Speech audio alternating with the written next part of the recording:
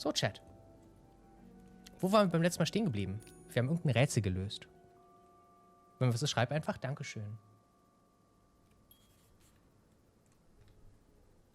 Das sind wir. Ich habe unseren Namen vergessen. Sarah oder so. Und wir haben lauter Schnipsel gefunden in den Mülleimern dieser Gäste hier. Und auf diesen Schnipseln, die wir jetzt zusammengeklebt haben, war ein Code versteckt. Und diesen Code haben wir geknackt.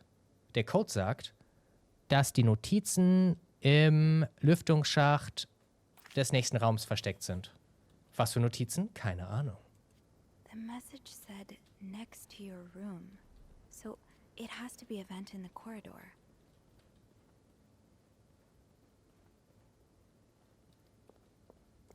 Im Korridor, na klar.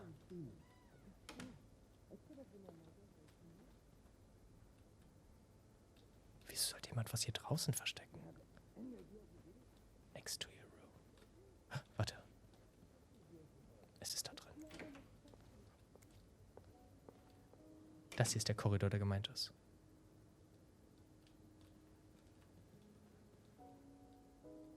Hä?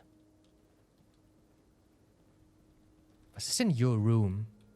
Das ist ein Hotelzimmer. Da hat doch nicht jeder sein eigenes... Doch, jeder hatte sein eigenes Zimmer, natürlich. Hier hat der Mann geschlafen, auf der Couch. Und die Frau hat das Bett bekommen. Next to your room. The message said next to your room. So it has to be a vent in the corridor. Yeah, in the corridor. Right. Yep. Worum geht's? Also, wir arbeiten in dem Hotel und wir schnüffeln gerne in die Privatsachen der Gäste herum. Das Problem ist, einer der Gäste hat uns dabei fotografiert, wie wir durch die Koffer der hier residierenden Menschen durch sind. Wir haben uns ein bisschen Parfüm genommen, teures, haben uns damit eingesprüht, haben uns ein bisschen Briefe durchgelesen, uns Schmuck angeguckt, wurden dabei erwischt. Also bin ich bei dem Fotografen rein und hatte die Wahl, ob ich seine Beweise vernichte oder nicht. Ich habe sie vernichtet und ich habe ihm seine Medikamente auch weggenommen, damit er stirbt oder durchdreht. Halt, damit mir nichts mehr angekreidet werden kann. Wir hätten das auch bleiben lassen können, aber wir haben uns für diesen Weg entschieden. Einvernehmlich. Das ist aber nicht alles. Wir haben bemerkt, dass hier ein Pärchen rein ist, in das Zimmer hier eingecheckt hat. Und das Pärchen wird verfolgt von jemandem. Und die Frau, die Ehefrau, die hat das Problem gehabt, dass ihr Bankkonto wurde geknackt. Ihre Identität wurde geklaut und dann hat jemand ihr Bankkonto leer geräumt.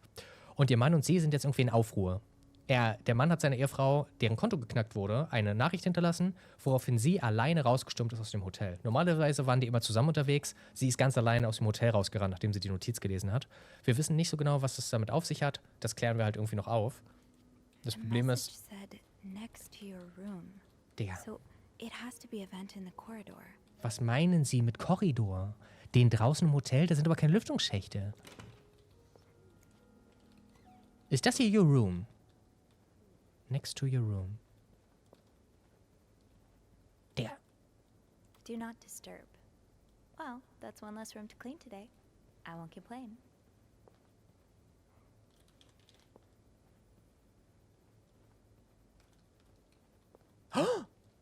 Hier. No messages. Let's try another vent.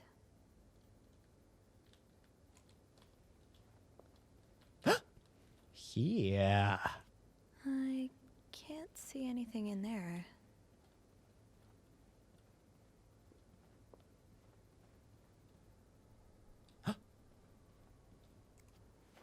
Wir haben was gefunden.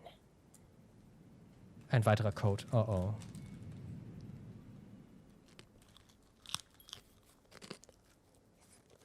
Ich hab mir alles aufgeschrieben.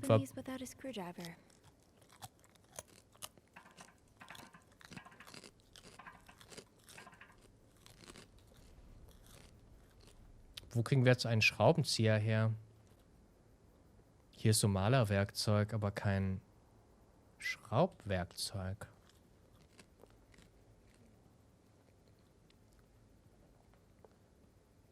Okay, Chat, haben wir irgendwo Schraubenzieher gesehen? Unten vielleicht, weil da...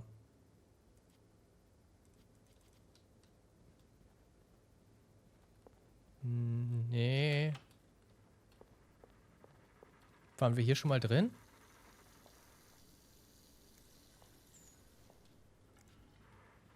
Ich glaube schon. Habe ich das so zurückgelassen?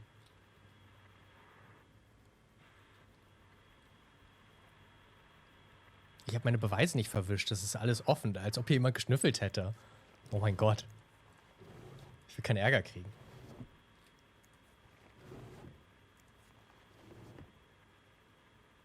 So.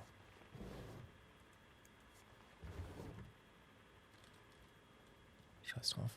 Werde ich halt entlassen. So. Schraubenzieher, Werkzeug. Welcher Gast hat denn so ein bisschen Werkzeug mitgebracht? Das ist der Typ, der mich beobachtet hat. Ich habe alles, so gut wie alles vernichtet. So ein bisschen was von seiner Kameraausrüstung habe ich hier gelassen, damit er aussieht wie ein Spanner und rausgeschmissen wird. Und man mir glaubt und nicht ihm. Aber ich glaube, Werkzeuge hatte der nicht dabei.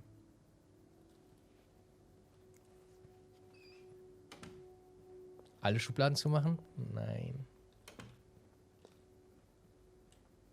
Do not disturb. Well, that's one less room to clean today. I won't complain.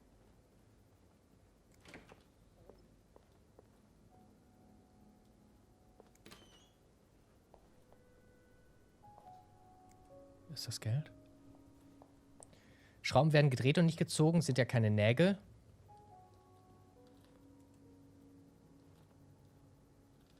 Warte.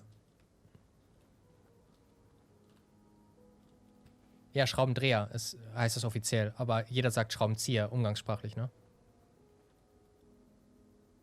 Können wir diese Nail Clipper vielleicht benutzen? I don't know.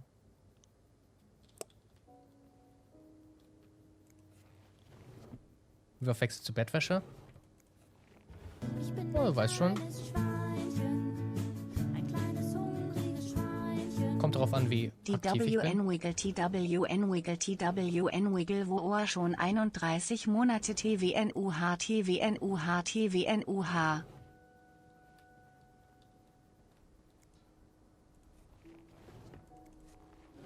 Kalte Rose, danke für die 31 Monate im T2. Vielen Dank für den fetten Sabaroni. The code is made up of 4 letters. Ich kann das Ding nicht aufmachen, tut mir leid. I don't know. GG, tut mir leid. Besteck. I'll hold off on throwing this out just yet. The food's practically untouched. Damit kann ich das doch bestimmt aufdrehen. No?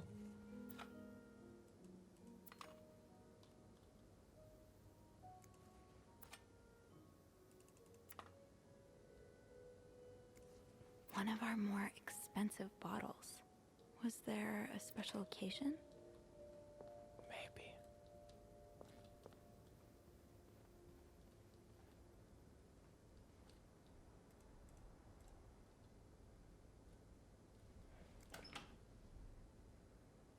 Ah, hier, das sieht nach Werkzeug aus. Sehr gut. Okay, okay.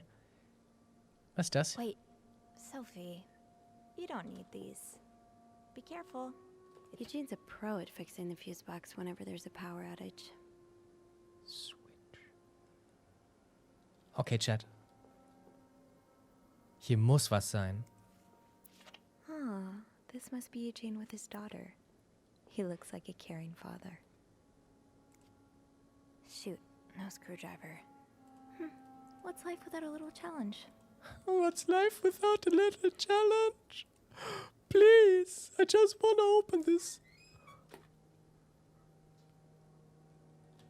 Warum steckt sie da nicht einfach was anderes Eugene's a pro at rein? fixing the... Wait, Sophie, you don't need these.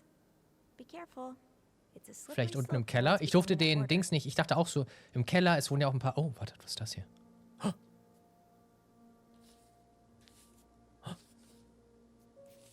Wait.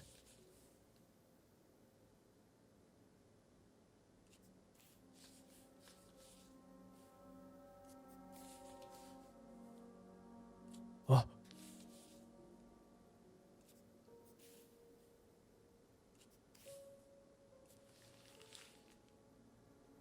In die Keller darf ich nicht, leider.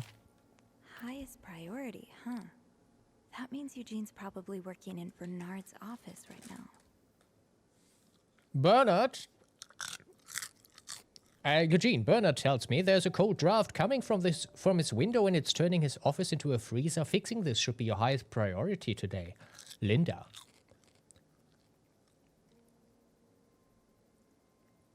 Eugene ist also in Bernards Office. Das heißt, in Bernards Office finden wir wahrscheinlich den Screwdriver, weil er sein Werkzeug mitgenommen hat zum Fixen. Yes. Na gut, Eugene. Jetzt haben wir einen Grund runterzugehen. Vielleicht haben wir den gebraucht. Hallo Neirolf, moin. Der Kira, danke für die 8 Monate.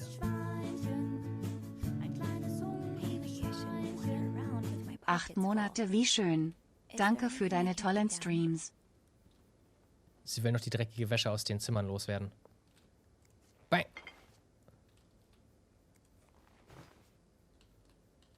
Okay. Ich glaube, du musst die Wäsche in den Wagen werfen und neue Handtücher ins Zimmer bringen. Scheiß auf die neuen Handtücher. Ich bin mitten in einer Ermittlung. Wer ist das? Unser Chef?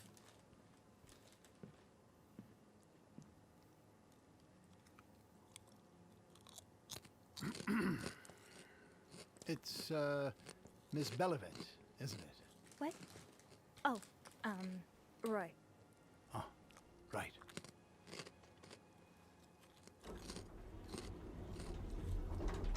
You're the one who took last week off, aren't you?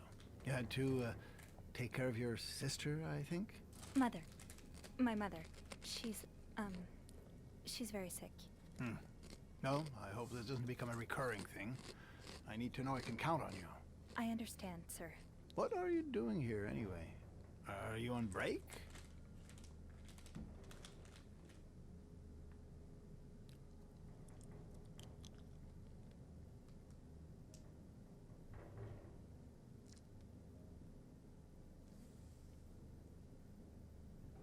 Wir dürfen uns entscheiden, ob wir lügen. Aber das könnte Folgen haben. Wir müssen darauf achten, dass wir nicht erwischt werden beim Lügen. Haben wir gerade Pause? Ja, ich habe gerade Pause. Oder nein, ich brauche einen Schraubendreher. Warum sollte ich einen Schraubendreher brauchen?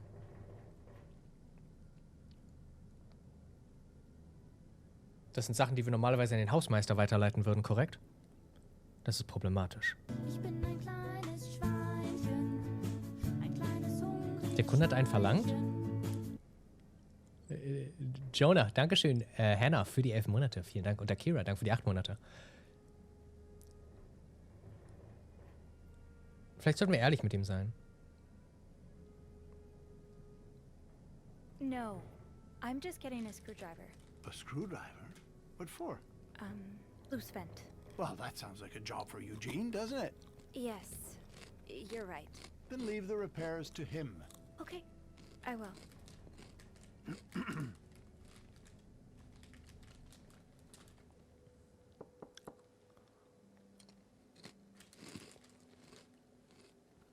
What's going on? Oh, Andrew. Oh, sorry. Seems I've made a Die habit Zange habe of ich von sneaking up Amazon. on you today. Spying on Bernard again? No, I'm looking for a screwdriver. For the vent. Linda asked Eugene to fix Bernard's window. Ah, gotcha. Eugene? What the... maybe you should go have a look. You know what? I'll stand guard by the elevator and, holler if Bernard approaches. Okay, thanks. I'll be quick. Wartet, der Hausmeister hätte eigentlich hier das Fenster fixen sollen, aber da steht sperrangelweit offen. Kein Hausmeister. Was ist passiert? War der in die Sache verwickelt?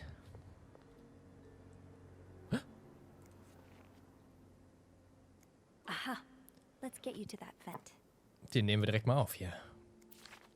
Opposing something that could help so many people just because it's close to your hotel? This is ridiculous. Was steht da? Dear Mr. Weston, I would like to thank you again for agreeing to this partnership between the Clarendon Hotel and Weston's department store. Thanks to your generous help, renovations are well underway and the hotel has never looked better. You should come visit soon when your busy schedule allows it, of course, wurde durchgestrichen. On another note, it has come to my attention that you have formed a group of local businessmen to oppose the construction of the new mental hospital. After working so hard to elevate the Clarendon's standards, I cannot allow a band of cuckoos to move in my backyard. Should you accept, it would be an honor and privilege to join your fight. Yours sincerely, Bernard Leduc. Warte, unser Hotelmanager will sich den anderen Leuten anschließen, die gegen den Bau eines Mental Hospitals protestieren.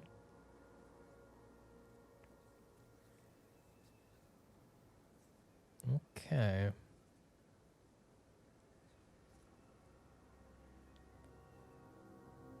Oh, und Eugene hat geschrieben, Eugene hat ganz unten drauf gekritzelt. Enjoy the cold, you cold-hearted prick. Ich glaube, unser Hausmeister hat quasi gekündigt. Er hat diesen Brief gelesen, hat mitbekommen, dass der Hotelmanager gegen den Bau eines Krankenhauses ist. Und dann hat er gesagt, Junge, genieß die Kälte, du Arsch. Eugene, oh mein Gott. Sollen wir das beseitigen? Nö. Er sendet eine Message und das finde ich gut.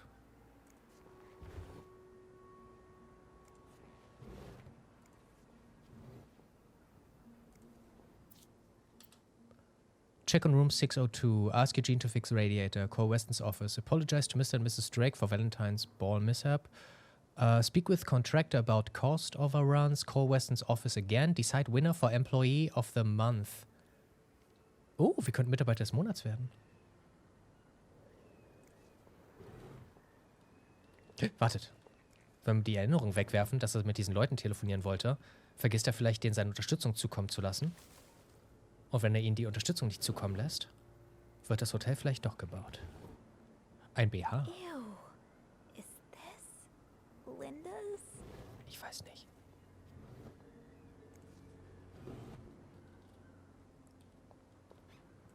Wo können wir noch rumfummeln? Gibt's noch mehr? Ich glaube, das war's, Chat. Kinda wish I worked here when Raymond was in charge. Sounds like the hotel. Wow. Just look at these distinguished gentlemen. Distinguished gentleman, yes. Very distinguished. Warte, kann ich das Fenster reparieren? With this blizzard, Bernard's office will be a skating rink by the end of the day. Best to avoid that. Angenommen, ich mache jetzt sauber und lasse den Zettel verschwinden. Dann behält Eugene vielleicht seinen Job.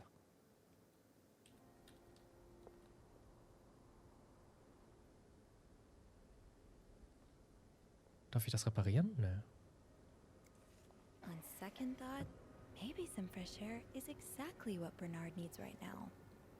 Ja. Okay, wir sind fertig. Do you remember that loose tile from last week? War in der zweiten Schublade ein Zettel, der rausgeschaut hat? Oh shit, sorry, dass ich das so spät gesehen habe. I mean that, it's still broken, sir. Someone put a rug on top of it, but you can still hear it crack. I'm just checking to make sure guests don't trip over it. Is that part of your job description? No, it isn't, sir. Well, then I suggest you stop worrying about Miss Belivet. What were you doing in my office?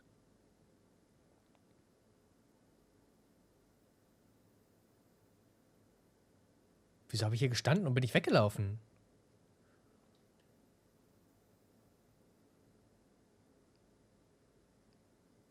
Ich war nicht in ihrem Büro. Jemand hat die Tür...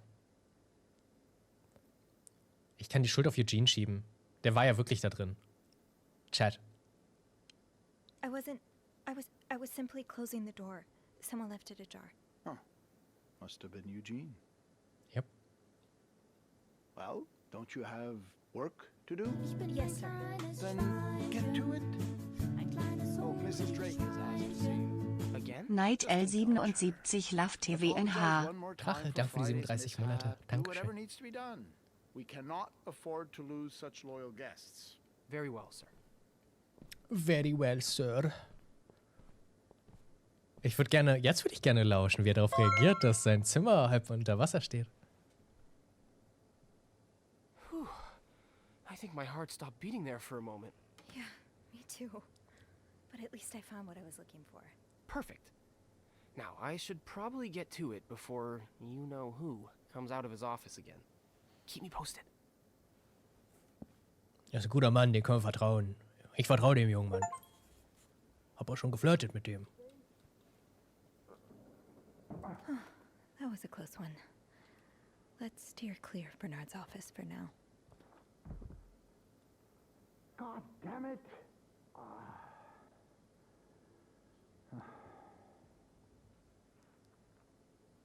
Enjoy the cold, you cold-hearted. Er hat die Notiz gelesen und zerknüttelt.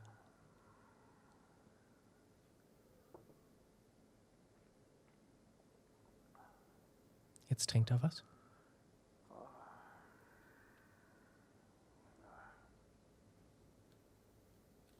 Okay. Ja. War schon ganz gut. Das hat er verdient. Vielleicht gibt ihm das ja nochmal zu denken. So, wir gehen jetzt hoch, zurück in das Hotelzimmer dieses reichen Pärchens, gucken uns dann... Nein. Im Korridor war der Lüftungsschacht, den wir haben wollen. Öffnen den, gucken, was da drinnen ist.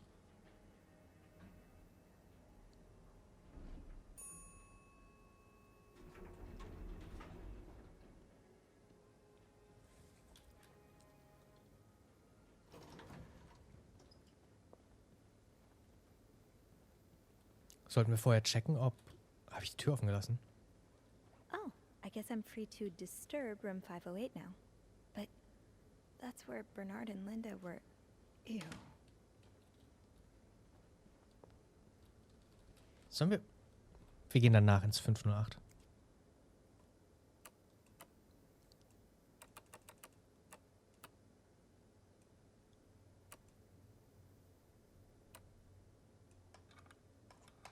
Oh.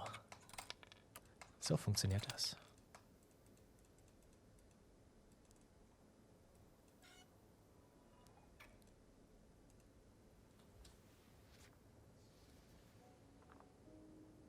Okay. Sowas Ähnliches hatten wir schon. Ich habe mir aber nichts aufgeschrieben. Also ich habe keine Notizen mehr übrig. Ich hoffe, das erste Rätsel reicht aus, um das zusammenzusetzen. Fuck me, dude. Oh no.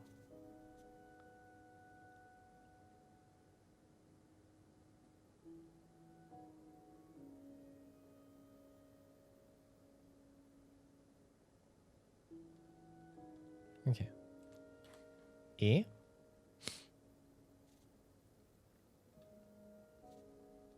D.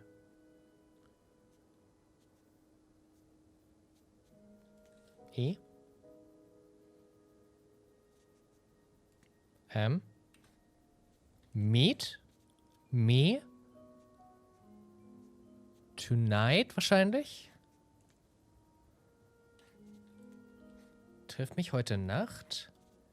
In my room. In meinem Zimmer.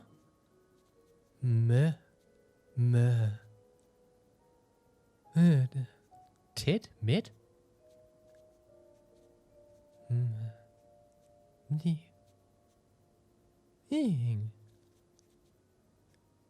Need. We. No. We need to discuss.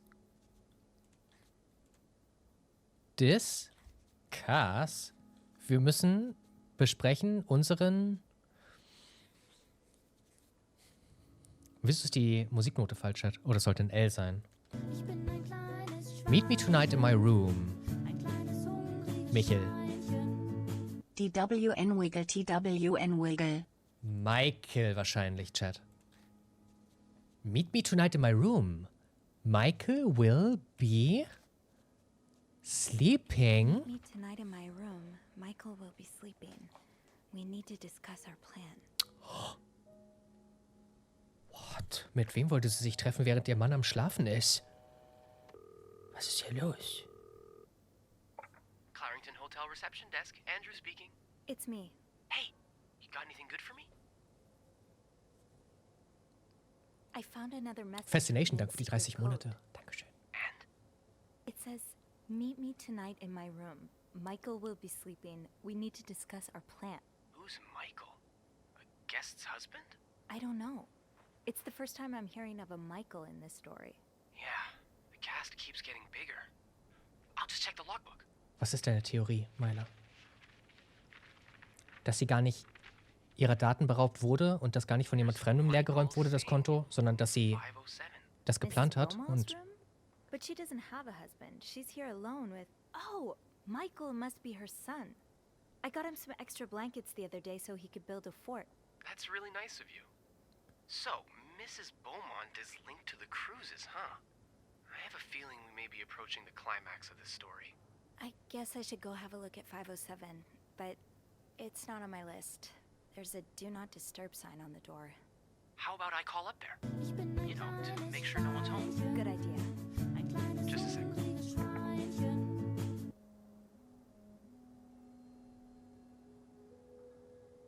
Dampfheiterung für die 26 Monate. Vielen Dank für den Resub. Okay, ein weiterer Gast, Mrs. Beaumont, hat einen Sohn namens Michael. Und die hat Kontakt gehabt It looks zu like the room is ready for your snooping, my lady. Thank you, good sir. dem Ehepaar I'll call you back. oder einem Teil des Ehepaars. Wir wissen noch nicht, ob die unter einer Decke stecken. Wir sollten die Sachen wegwerfen. Ist zu auffällig, wenn ich... Lass mich nochmal drauf gucken. I will leave notes in the vent next to your room. Meet me tonight in my room. Michael will be sleeping. We need to discuss our plan. Ja, wahrscheinlich die Frau. Nein, der Mann. Oh, der Ehemann hat sich neu verliebt in Mrs. Beaumont. Und dann hat er zusammen mit Mrs. Beaumont einen Plan geschmiedet, wie sie die Ehefrau ausrauben können und sie danach töten oder so. Und dann machen sie zusammen Flitterwochen mit dem Geld der verstorbenen Ehefrau. Dass die Frau keinen Bock auf ein Kind hatte und mit dem Fotografen das zusammen gemacht hat und extra ihr Konto leer geräumt hat, damit sie bei einer Scheidung nicht leer ausgehen würde, sondern das ganze Geld hat. Oh. Aber er bekommt bei einer Scheidung so oder so das ganze Geld?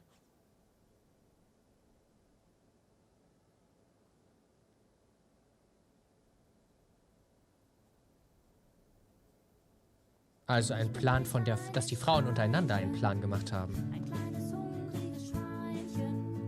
Wieder Aber er eine mehr liebt so TVNH sehr. auf viele weitere. Sein Danke Liebesbrief für war die so tollen süß. Streams. Bleib wie du bist, TVNH, TVNH. So, ich liebe dich noch so wie am ersten Tag. Du bist die Traumfrau für mich. Jedes Mal, wenn ich dich ansehe, dann blüht mein Herz auf.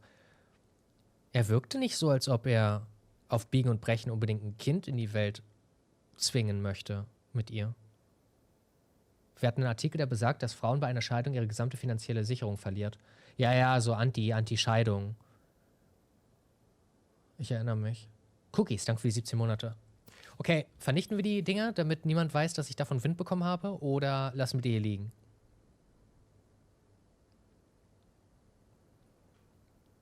Ich bin dafür, dass wir die beseitigen. Allerdings haben wir da nichts, was wir der Polizei zeigen können.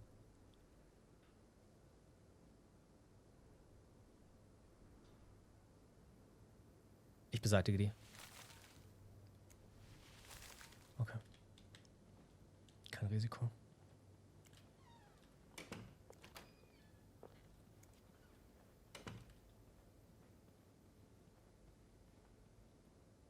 Wartet. Hat sie nicht auch gesagt, ich darf in 508 rein, weil da kein Schild mehr ist?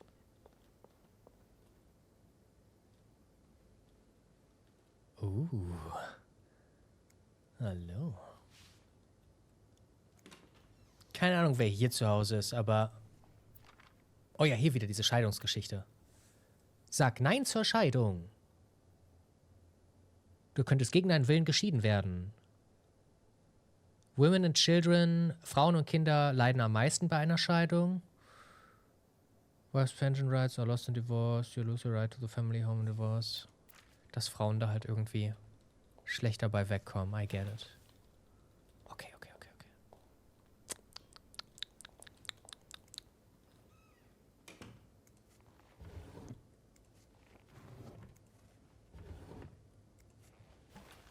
Irgendwas versteckt. Nee.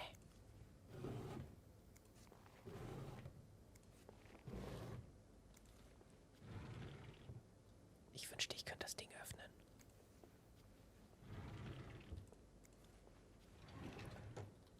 Nicht zu sehen. Ich darf ja hier sein. Die haben ja quasi darum gebeten, dass ich sauber mache. Sind wir in den 50ern? Ich glaube 50er oder 60er, ja.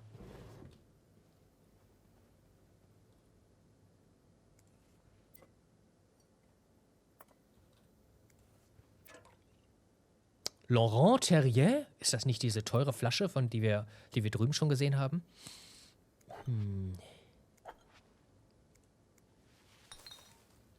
Okay, was hier passiert?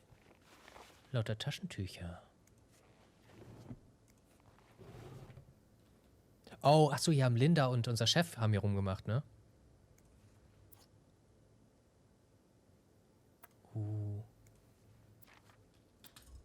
Wendy, do you think I don't see the way you talk to guests? The way you smile at them and call them sweetie while you fill their coffee cups? The way you laugh at the jokes and bat your eyes like a stupid teenage girl? I'm not sure if you're doing it for the tip or to get the Employee of the Month reward, but either way, this is unacceptable. And I won't even mention the way you wear your uniform. This is a respected hotel, not a pleasure house. Although I've always had a problem with your behavior, I tolerated it as long as the guests were happy. But now that you're getting engaged, I can no longer remain silent about it. What would Jacques say if he saw you? I'm sure he would be as ashamed as I am. Maybe you've got Bernard fooled like every other man, but if you don't change your behavior, I'll find a way to convince him to fire you. This is your only warning, bitch.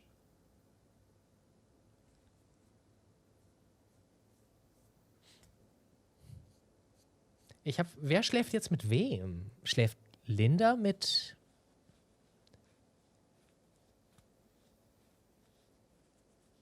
Linda schläft mit dem Chef, korrekt? Und sie hasst die liebe Dame von der Rezeption. Ich lasse das hier liegen. Ja, danke.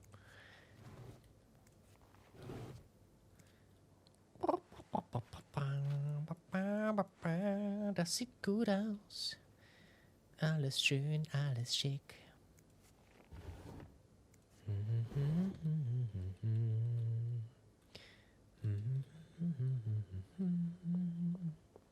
Okay.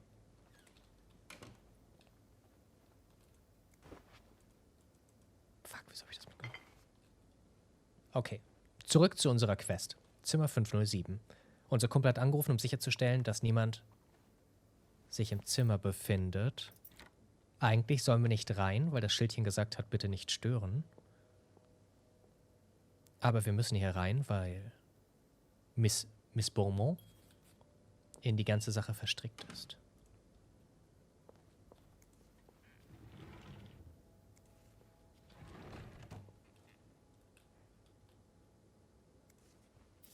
Mr. Cruz, huh? Numbers, dates, times. What does it all mean? Keine Ahnung, was die 1824 zu bedeuten hat, aber sie ist umkreiselt, deshalb notieren wir die. 1824, 7 p.m.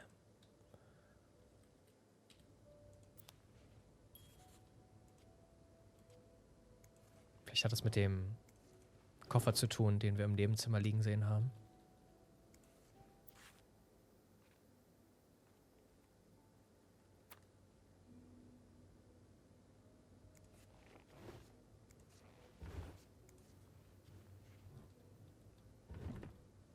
Handschuhe sind verdächtig.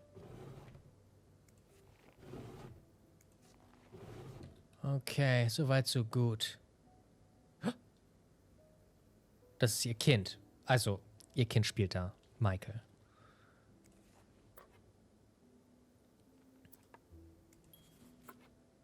Komisch, dass hier kein Bild drin ist. Verdächtig.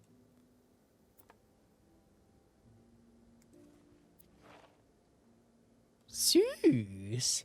Pity Pot's Sugar Frosted Pops. Sieht lecker aus. Gratis Jojo. Au, das habe ich im Flur gesehen. Das gehört dem Jungen. Pity Pot's Drawing Contest. Michael Beaumont. Was will er gewinnen? Frosted Pops offers you a chance to visit its amazing cereal factory in Calgary, Alberta. Ach so, die Sugar Pop Factory. Man kann da eine Führung gewinnen.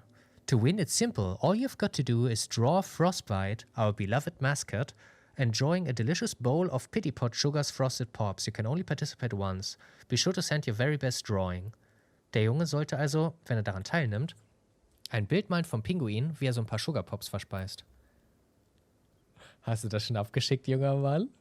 Denn wenn nicht, habe ich das Gefühl, dass du nicht gewinnen wirst, weil dein Bild die Firma niemals erreichen wird. Wo ist es? Ein paar Malstifte, ja. Wir kommen der Sache etwas näher. So you were eager to set up a meeting, but didn't want anyone noticing.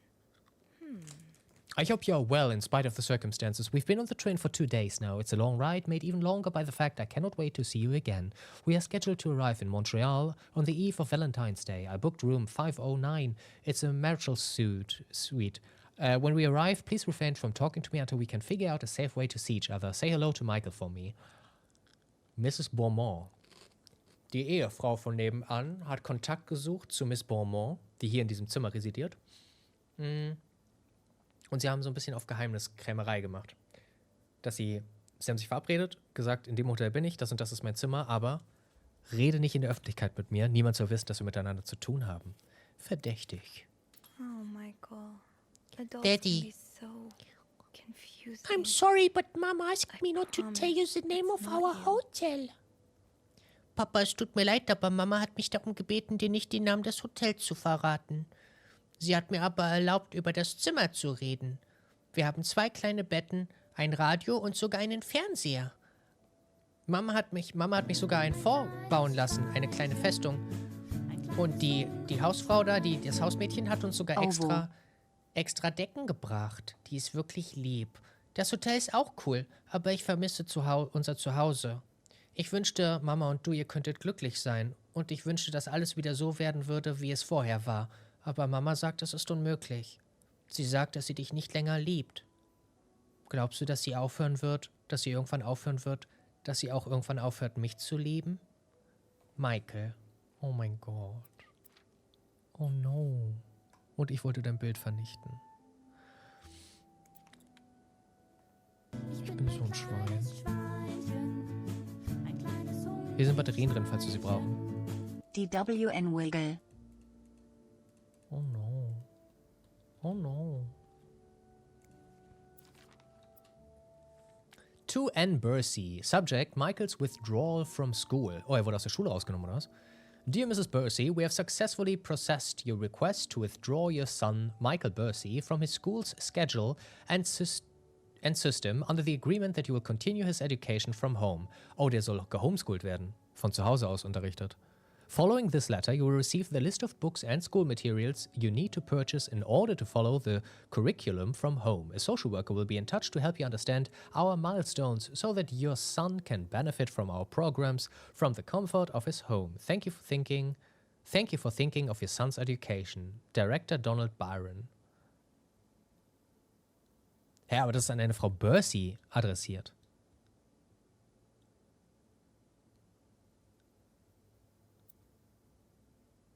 Und die Lady, mit der wir es zu tun haben, heißt hier Miss Beaumont. Konnte sie nach der Scheidung einfach wieder ihren Mädchennamen annehmen? Ihren vorigen Familiennamen? Ancient Dodo, danke für die 26 Monate. Louis, danke für die 2 Monate. Danke fürs Verlängern. Hallo.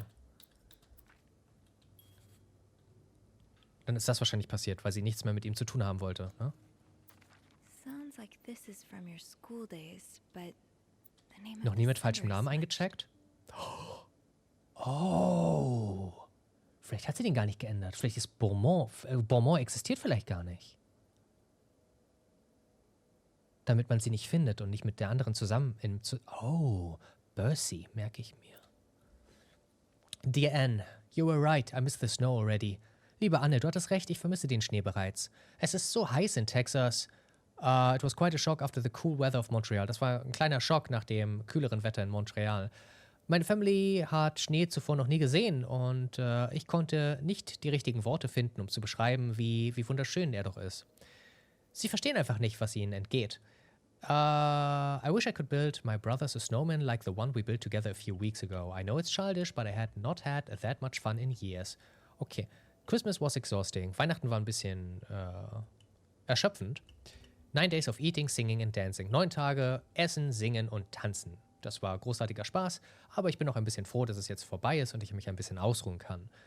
Of course, celebrations will resume for New Year, but it gives me a few days to relax. Okay, das Feiern geht dann zum Neujahr wieder weiter, aber bis dahin habe ich ja wenigstens ein paar Tage zum Relaxen.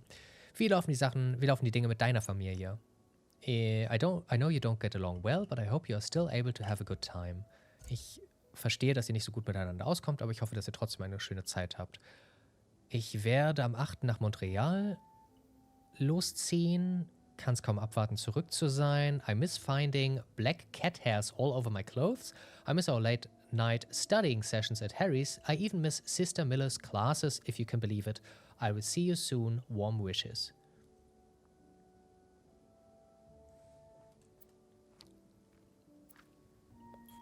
Huh? Aha. Keys are Snoop's best friend. Was sind Schlüssel, oder was? Okay. Funny how some games really stand the test of time. I used to play this with Mom all the time.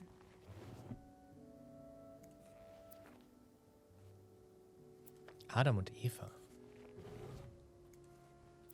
So a husband can abuse his wife and just get away with it? And people like Linda still think divorce is wrong? Ugh. Okay, ein Rechtsanwalt hat die geschrieben. Liebe Anne, I have met with Lewis and he asked me to give you the enclosed letter. I think I should reiterate that some of your accusations, such as wife abuse, are not grounds for divorce in Quebec. I understand you are hurt, but I do not think antagonizing your husband is very wise at the moment. Sie hat sich also rechtlichen Beistand gesucht, weil er ihr mit häuslicher Gewalt begegnet ist. Dann hat sie aber gesagt bekommen, da wo sie wohnen, ist das kein Grund, sich scheiden zu lassen. Nur weil sie ein bisschen geprügelt wird. Do not forget to be in court at 11 a.m. on the 20th. Be on time. Also a friendly reminder that my fees for January need to be paid before the end of this month. I am happy to help you out, but I cannot work pro bono on this. Sincerely, Howard. Das ist ja eine Scheißsituation. Das tut mir sehr leid. Fuck. What's this? Greta. Ein Haustier. Vielleicht können wir das auch benutzen für ein Passwort. Greta. Fuckboy 2? I'll need another key to unlock this. Have you seen one just like this somewhere? Nee.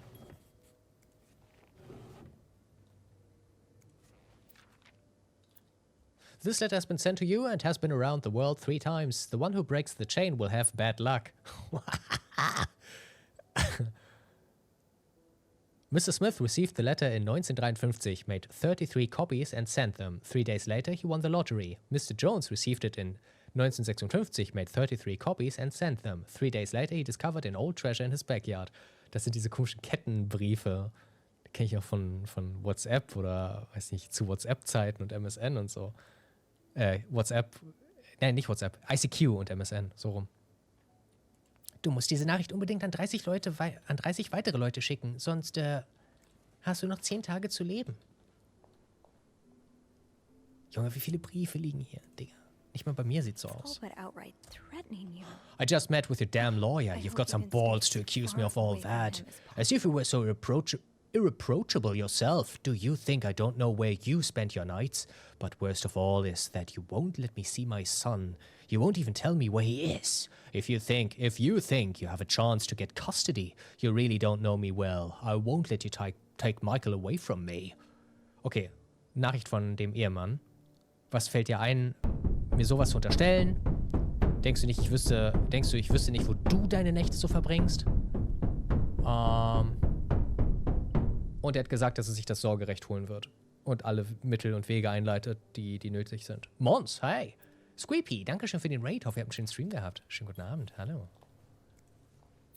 Looks like someone grew tired of looking at your face, Mr. Jesus. Beaumont.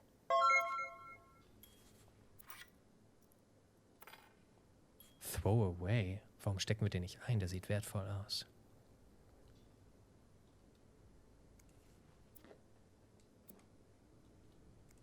Okay, Chat, habt ihr irgendwo einen zweiten Schlüssel gesehen? Ich nämlich nicht.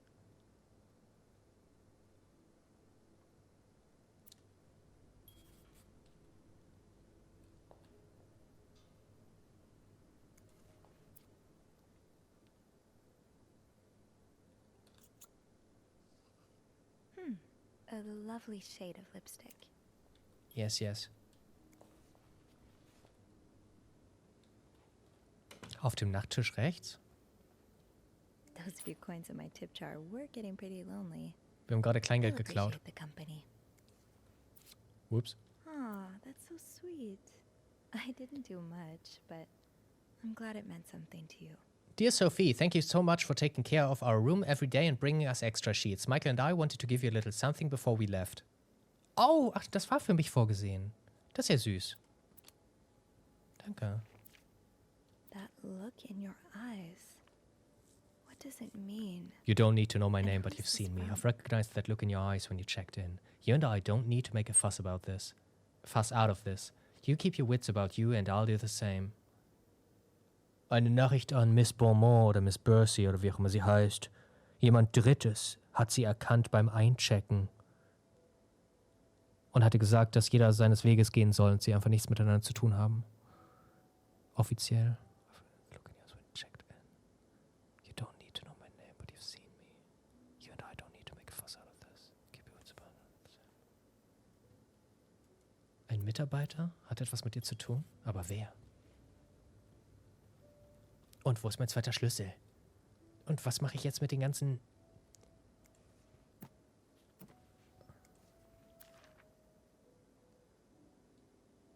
Anne Bercy. Bercy. Meint ihr, der Schlüssel war in einem anderen Zimmer?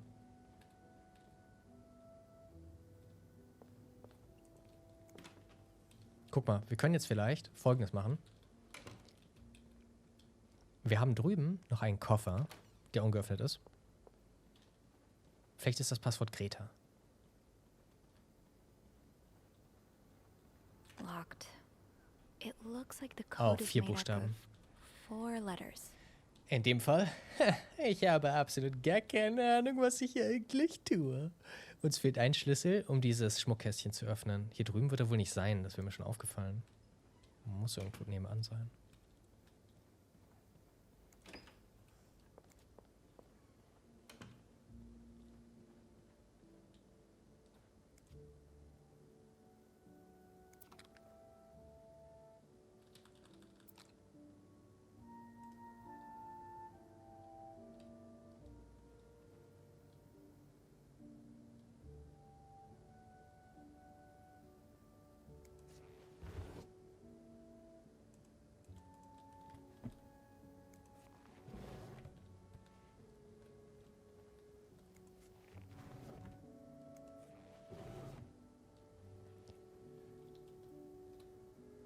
Es tut mir so leid, dass ihr stuck mit mir seid.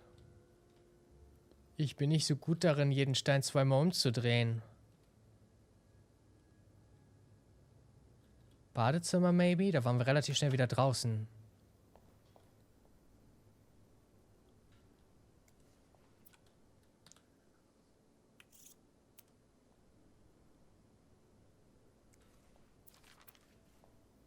Sag Bescheid, wenn du einen Tipp willst.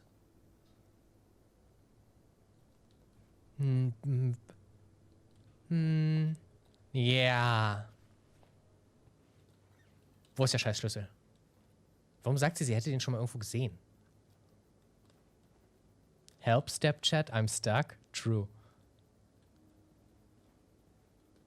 Ich bin ein kleines Schweinchen, ein kleines Huhn. Beim Fotografen? Oh Oh mein Gott, danke. Ein Ich Twitch hätte auch Baby ewig lange hier rumweinen TWNL, müssen. hast du dir schon Gedanken über den Unterhalt gemacht? Danny, danke für die 9 Monate. Wie geht's? Wie steht's? Alles klar bei dir? Moin, moin. Ey, hallo. Nee, nicht so.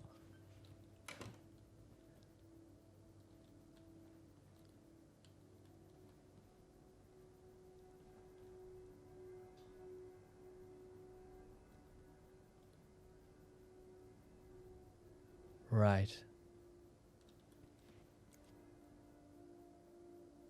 Jetzt weiß ich, was du meinst. Ah.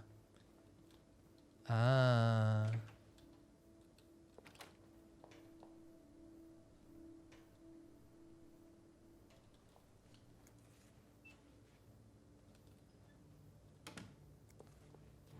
Ah.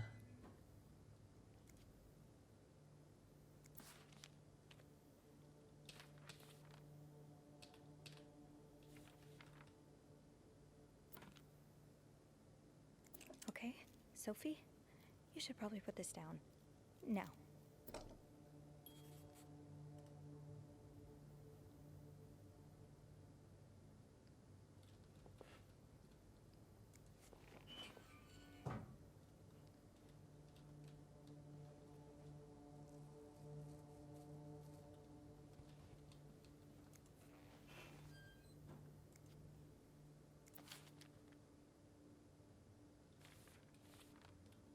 Das Foto?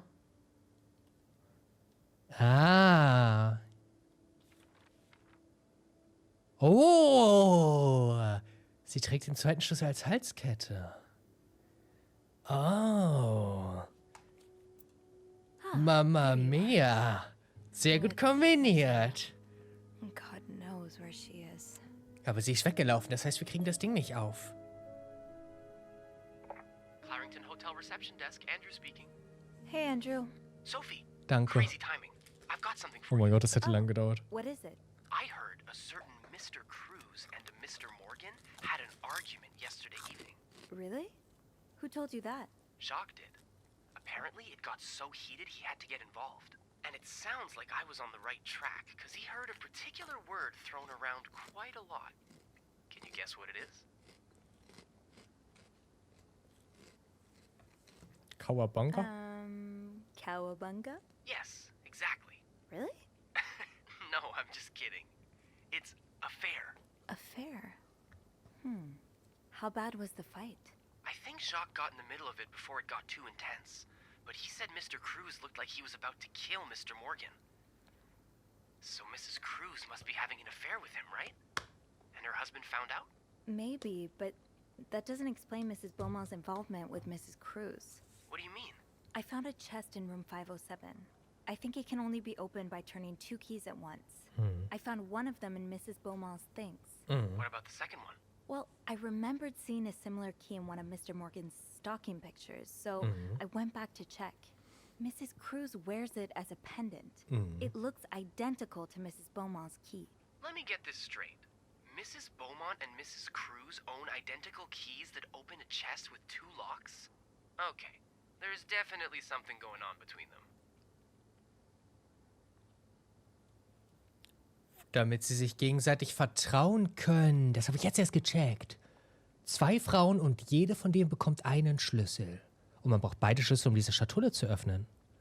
Weil da das Geld drin ist oder so. Ist das ein Horrorgame?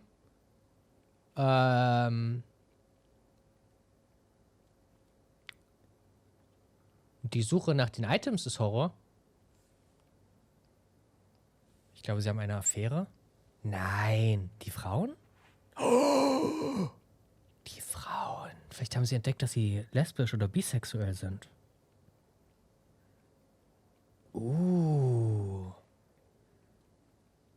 Hä, aber nur weil sie beide einen Schlüssel haben, heißt es doch nicht, dass sie eine Affäre haben. Oder doch?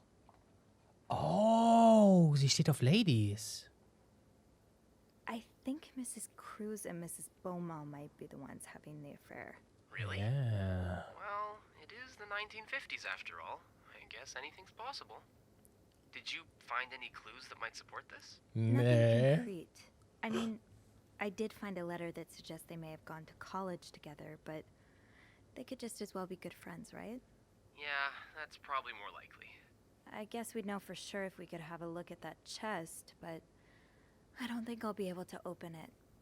I've looked around room 509. I would have seen the second key if it was there. Ich habe wirklich alles gut Mrs. durchsucht. Cruz must have left with it this morning. Probably. We were so close. I can't believe it all ends here. Well, if you get me a candle and some plaster, I may be able to do something about that chest. How? I'll tell you later, okay? Just find those things, and I'll meet you in the basement as soon as I can. All right. Thank you for not giving up. I would never give up on you. Oh mein Gott, den haben wir gut um den Finger gewickelt, den Boy. Der will mir einen Fake-Key machen. So James Bond-mäßig. Okay. Du darfst mir helfen.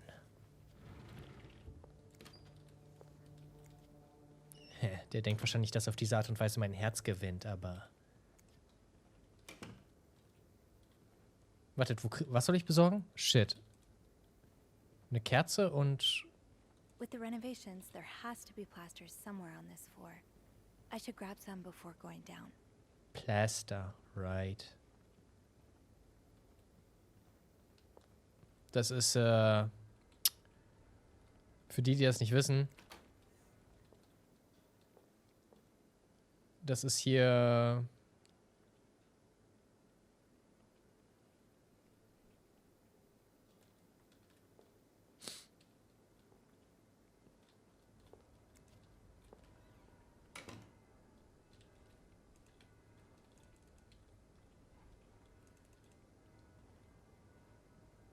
Great.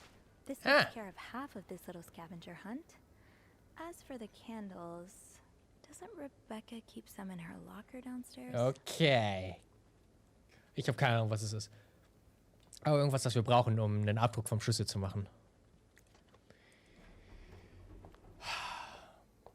Rebecca's Spind hat Kerzen. Ich glaube, die habe ich sogar schon mal angefasst. Cookie, danke für die 42 Monate. Hey. 3,5 Jahre schon jeden Monat Prime verlängern. Aber bei Schwabel kann man auch nicht anders. TWNH. Ja, danke für die süße Message. Danke, dass du schon so lange mit dabei bist. Hoffe, dir geht's gut. Hallo.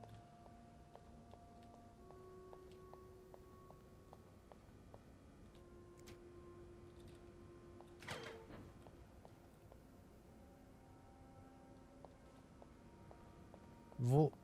Ich habe Rebecca's Spind nicht gesehen, bin ich doof? Anthony und Jacques. Bobby, Eugene, Gabriel, Etienne, Andrew.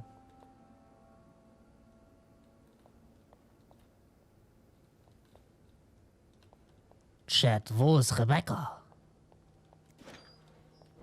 Oh. Irgendjemand unterhält sich da. He's worked with us for years. He's always been loyal. Is there anything you might have said or done to anger him? What are you saying? That I deserved it? No, of course not. All I need to say is that maybe, from his perspective... Sie unterhalten sich noch über den Hausmeister, der die Nachricht hinterlassen hat.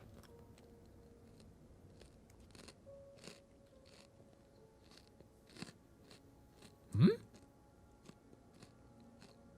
Wo sind meine Kerzen?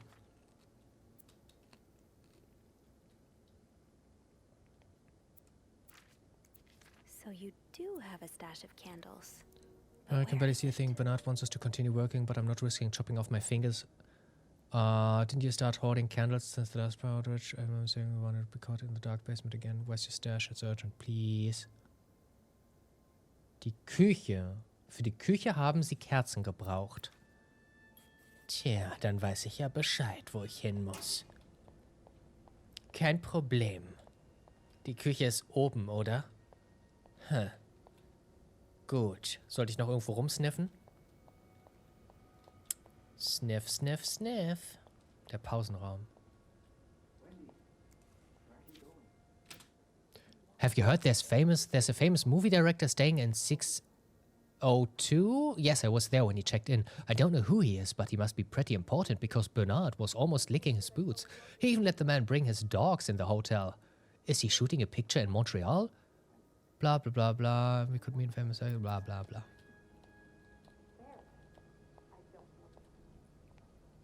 Schlüssel. Gotta hold on to these tight. Master Key. Der gehört jetzt mir. Damit kann ich alles aufmachen. Okay. An wer auch immer ständig mein Lunch klaut. Ich will meine Tupperwaren zurück. Gezeichnet Susan.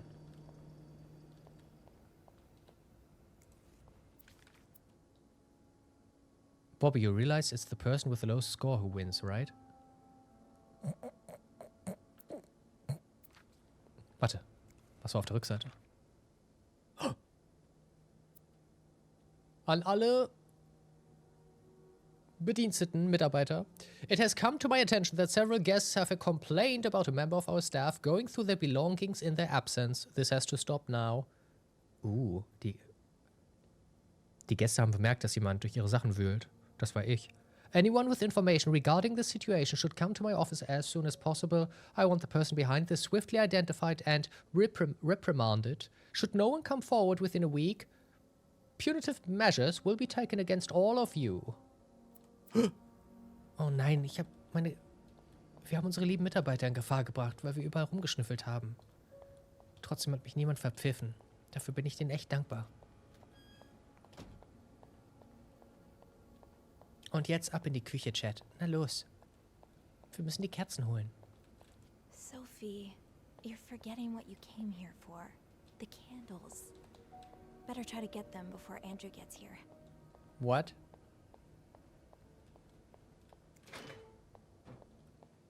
Ist die Küche irgendwo hier unten?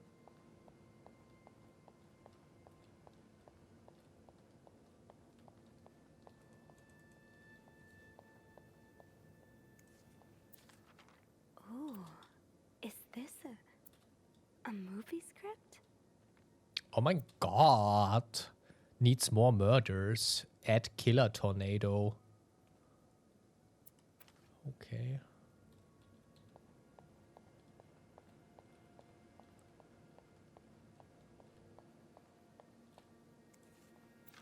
Junge, wer schreibt denn die ganze Zeit so viel? Rebecca, I confess, I'm about to commit murder. I don't care who he is, how rich he is, how famous he is. The VIP guest in 602 is a goddamn psycho. He ordered room service this morning, but somehow the plates got mixed up and he received eggs instead of pancakes. It happens, right? Well, the man rushed to the kitchen in a frenzy and yelled at us for 10 minutes straight, saying eggs are disgusting and he hates them. I should have told him he's disgusting and I hate him. I thought of spitting in his next meal, but before leaving, he swore he'd never order anything from our kitchen ever again. With a shadow of a doubt, this is the worst establishment I have ever visited, he said in his pompous accent. If he ever sends his clothes downstairs to be cleaned, can you be a good friend and stitch all of his pockets? Any other form of sabotage would do too. I know you're creative. Just be careful not to arouse too much suspicion. Gezeichnet Bobby. Okay. Also dieser Hollywood-Director ist anscheinend ein bisschen unbeliebt. Hat das falsche Essen geliefert bekommen, hat sich dann ultra aufgeregt. Hat die alle angeschnauzt. Und der Mitarbeiter oder die Mitarbeiterin, die da angeschnauzt wurde, ist jetzt auf Rache aus.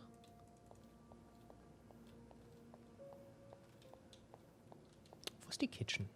Was ist auf Kund E? Maybe Bobby took some candles from Rebecca already. Oh, ich kann meine Gedanken lesen. Oh, und hier ist mein... Oh, deshalb leuchtet da die ganze Zeit irgendwas rot in der Ecke. Das sagt mir, was ich tun muss. Danke. What the fuck? Okay. I'm good. Hey, aber... Chat, I don't know, man. Wo ist die Küche, Bro? Die lässt mich aus dem Keller nicht raus. Das bedeutet, die Küche muss irgendwo hier sein, no? Ist das die Küche? Nein, das ist keine richtige Küche. So ein bisschen schon, aber...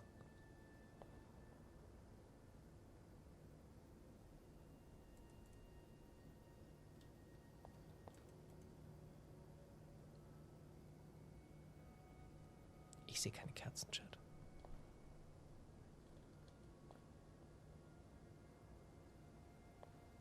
Ich bin ein kleines Schweinchen, ein kleines hungriges. Das ist ja eher der Breakroom, nicht die Kitchen. TWNH, TWNH, TWNH, TWNH.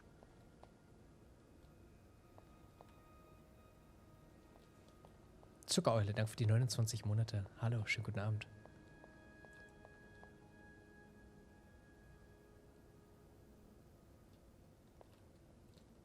Bro. Der Koch heißt Bobby. Ah, der Koch hat sich beschwert, okay. Ja, der ist mir auf jeden Fall sympathisch.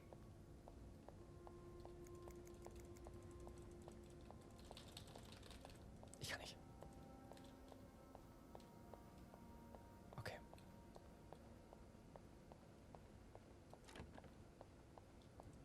It's locked. It's locked.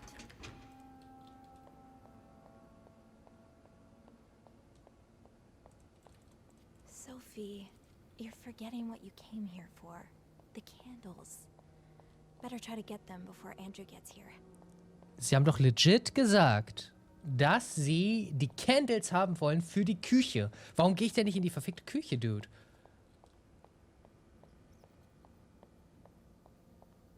Okay, Schritte zurückverfolgen. Ich war an Rebecca's Spind, hab da die Nachricht gelesen mit der Küche. Vielleicht habe ich mich verlesen. Also. Hey Rebecca, die Küche hat schon wieder keinen Strom. Ich kann kaum etwas sehen. Bernard möchte, dass wir weiterarbeiten, aber ich will nicht das Risiko eingehen, mir meine Finger abzuhacken in der Dunkelheit. Hast du nicht irgendwann mal angefangen, wie verrückt Kerzen zu sammeln, zu horden? Wegen des letzten Mals, wo der Strom ausgegangen ist, während des letzten Stromausfalls. Wegen des letzten Stromausfalls. Ich erinnere mich noch daran, wie du gesagt hast, dass du nie wieder in der Dunkelheit im Keller erwischt werden möchtest. Ja. Sag mal, wo ist denn dein Stash? Wo hast du die denn, die ganzen Kerzen? Es ist voll dringend. Bitte. Für die Küche. Noch? So. Meint ihr, Bobby hat die nicht in die Küche genommen, sondern in seinen eigenen Spind verfrachtet? Aber das macht doch keinen Sinn. Bobby hat die nicht geklaut. Also, er hat sie für die Küche gebraucht, nicht für seinen Spind. Wo ist Bobby? Hier.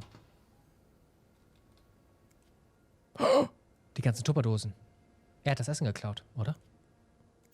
No candles, but this looks like the laundry room. Wieso nimmt der Koch die Kerzen einer Mitarbeiterin? Er sagt, er braucht die für die Küche.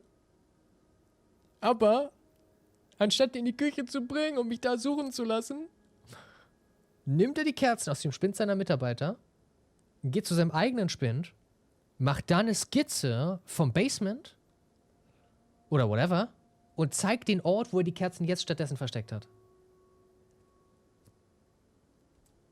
Bro. Okay, was haben wir? 2 Sessel mit Beistelltisch und eine lange Couch. Und dann ist da irgend so eine Art Theke oder so, Rezeption. Alright.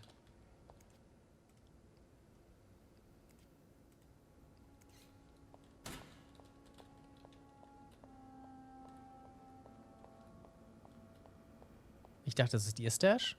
Nee, das war eben der von Bobby. Ja.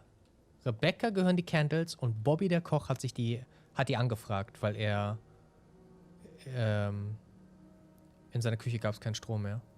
Das hier ist nicht der Ort, nach dem wir suchen, Chat.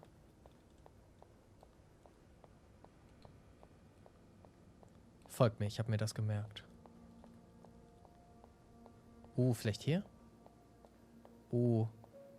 Ja, das hier ist diese Rezeption. Hier hinten müssten die Dinger sein. Das hat er angekrallt.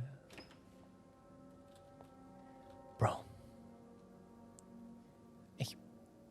Das ist nicht mal die Kitchen. Das ist die Wäscherei. Warum? Stash uncovered. Reb, you won't mind if I just take one, right? Got a candle. Now, what next?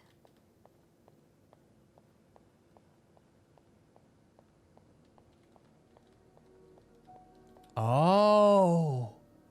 Vielleicht hat Bobby die nicht geklaut, um sich einen eigenen Stash zu machen, sondern das ist der Stash von Rebecca. Rebecca hat ihm einfach nur gesagt, wo sie die Kerzen aufbewahrt. Oh.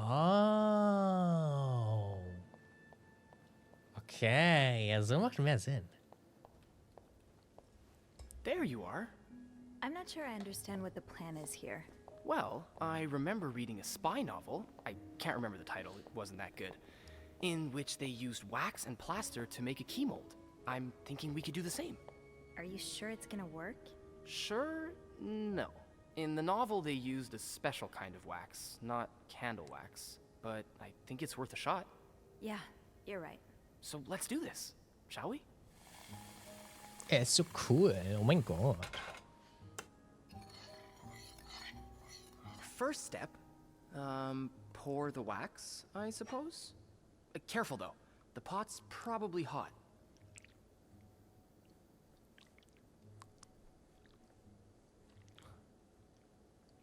That's it. Nicely done. Danke. Next step, put the Hold key in the wax, That's not right? what's next. Looks good. Pretty sure you can take it out now. I think we're almost done. All that's left is to pour the plaster from the cup into the mold.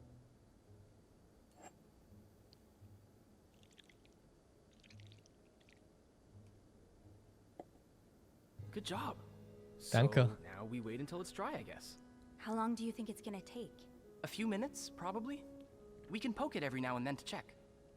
I bet you didn't think you'd be making a plaster key today, huh? No. But I like it. I feel like I'm in one of those novels I spend my days reading.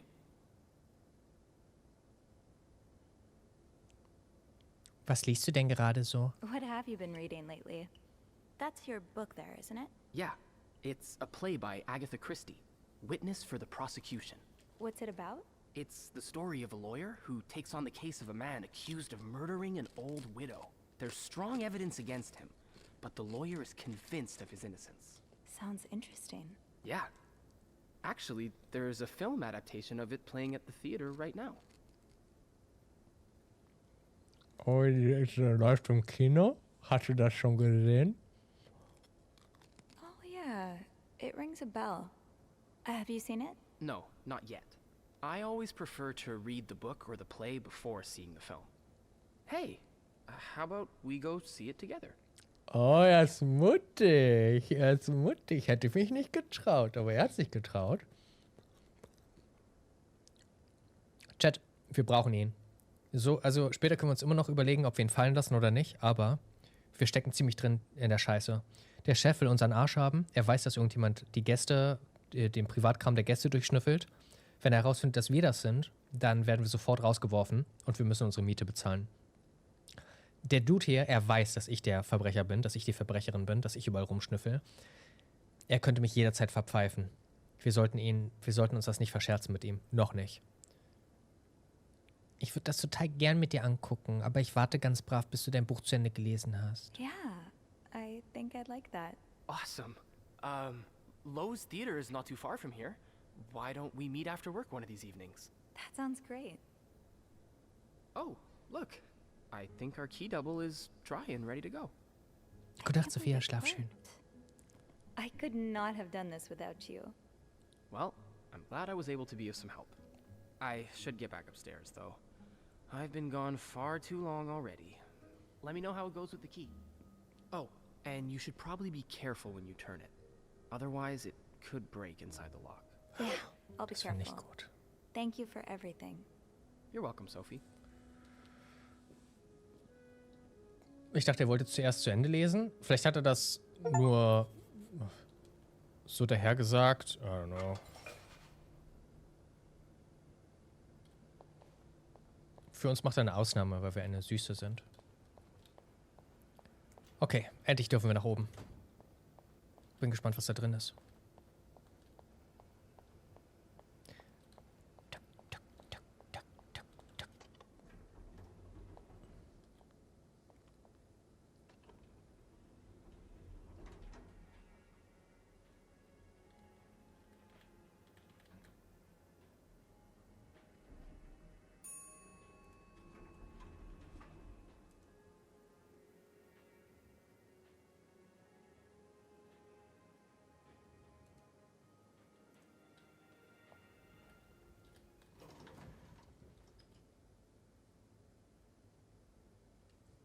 Listen. Wir könnten jetzt direkt zu dieser Schmuckschatulle. Aber wir haben den fucking Master Key. Mit dem könnten wir auch Türen öffnen, die nicht auf unserer Etage sind, glaube ich. Aber der Fahrstuhl hat mir nicht angeboten, in eine andere Etage zu fahren. Das bedeutet, der Master Key ist erstmal komplett nutzlos. Traurig, aber wahr. Das wiederum bedeutet, Schmuckschatulle zuerst. So. Angenommen, Frau Miss Beaumont und Frau Cruz treffen sich, wären sie dazu in der Lage, mit dem jeweiligen Schlüssel dieses Ding zu öffnen. Was versteckt ihr? Ganz langsam.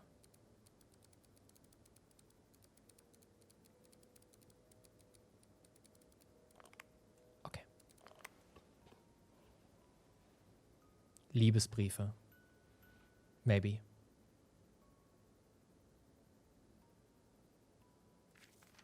Unlike my favorite bar, this one was black. Her alliterative name will surely take you back. These two sure love their riddles. What? In Atlanta, I noticed yours was pretty worn down, so I decided to buy you a new one. I hope you like it, and since you enjoy them so much, here's a little puzzle to figure out the combination. 2 5-letter words are the key, both related to our history. 2 5-letter words. From the first one, take the first 2. Take the first 2. Guten Abend zusammen TWNHI. From the last one, take the last 2. You back. 2 5-letter words are the key, both related to our history. Unlike my favorite bar, this one was black.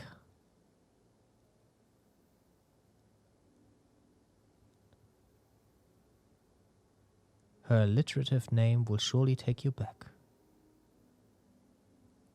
Korade, danke für die 7 Monate.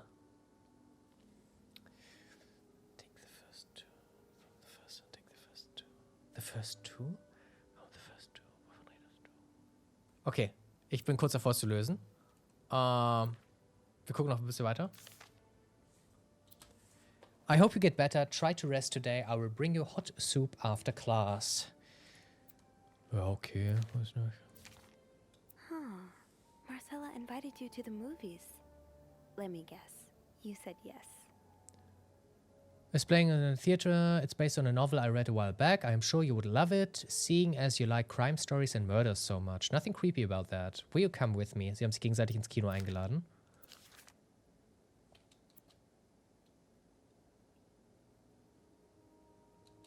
Das ist ihr Code-Zeugs. Nein, wartet. Oh, hier. Das ist noch nicht übersetzt. Wir können das übersetzen.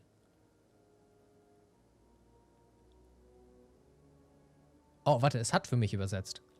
All I do is look at your lips and imagine kissing you. Oh, okay, die stehen aufeinander. Jetzt fühle ich mich ein bisschen schmutzig, dass ich hier rumlese. I've just heard Doris Day on the radio and it made me think of you. I know how much you love Sentimental Journey. Last time I was in Texas, it felt like coming home. Now, strangely, I feel away from home. I wish you were here with me. I always feel at home in your arms. I can hardly believe it has been 5 weeks since we last saw each other. Sometimes I wonder if I might be going crazy. You are always in my head. Everything reminds me of you. Not only songs on the radio, but silly things like the flowers in our garden. Blah, blah, blah, blah, blah. Der Geruch des Shampoos. I can hear you say it with your lovely French accent. Darling. My family seems to have noticed my odd behavior, but of course I cannot tell them about you. Even though I wish I could. Obwohl ich mir das wünschen würde, kann ich meinen Eltern nichts von uns beiden erzählen. Ich fühle mich so, am liebsten würde ich auf das höchste Gebäude der Stadt und von da aus meine Gefühle über die Stadt hinaus schreien. Meine Gefühle zu dir. Sometimes I'm scared that all this time with you was nothing but a dream too good to be true. Manchmal habe ich die Furcht, dass die Zeit mit dir nichts weiter war als ein Traum, der viel zu gut war, um wahr zu sein.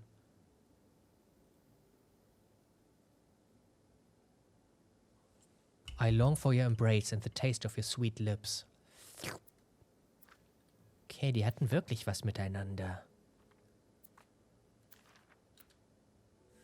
Dear Anne, I am sorry it took me so long to answer your last letter. Has it been 6 months already since I left Montreal? As you always say, le temps passe si vite. My parents are glad I am done with my studies. They always thought it was a strange idea for me to go to university. Now they want to find me a husband and have children. Like any other woman, I think I will. Ihre Eltern erwarten von ihr, dass sie sich jetzt einen Mann sucht und Kinder hat. So wie es jede andere Frau tut. Und sie denkt, sie wird sich dem fügen. These past few months, I had a lot of time to reflect on our relationship. You know my feelings for you, and I hope you never forget how much I love you.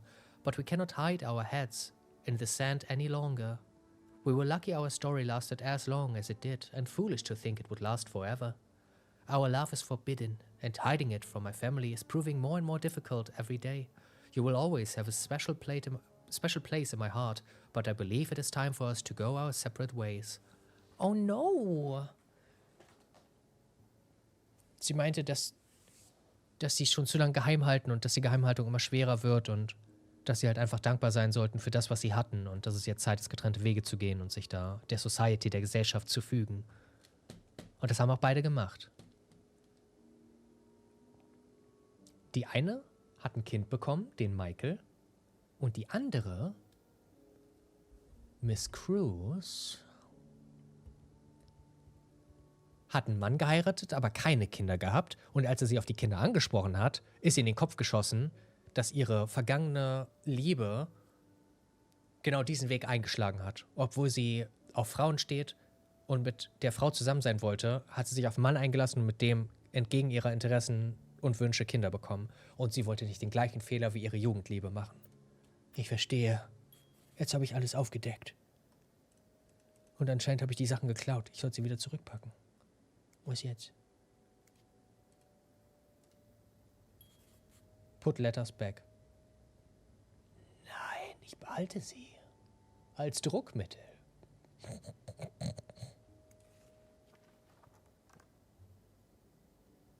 Yes. Oh, warte, die sind alle verstreut. Kann ich die nicht einstecken?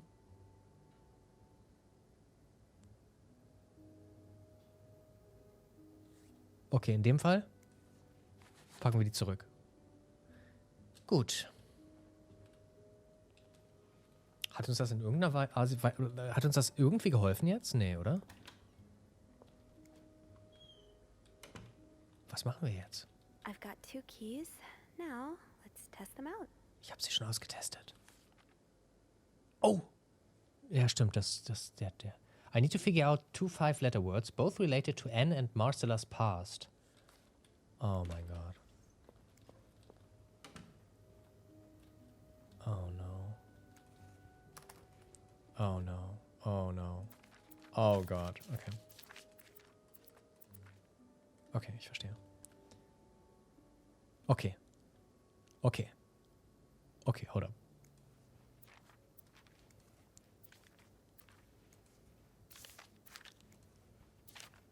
Okay, hold up.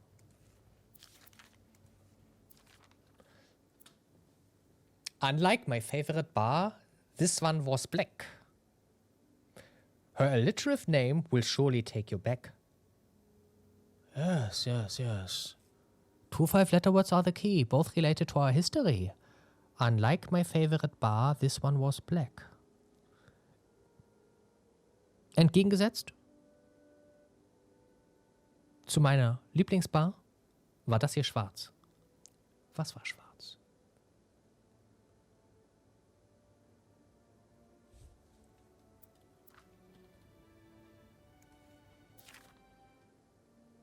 Und was war das andere?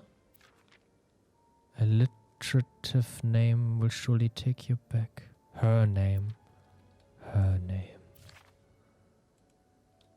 Her name.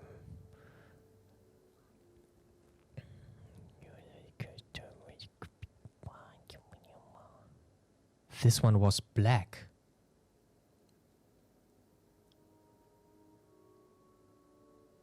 Black.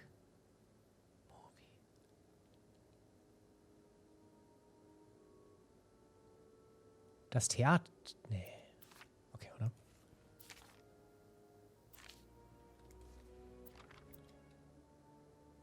Das hat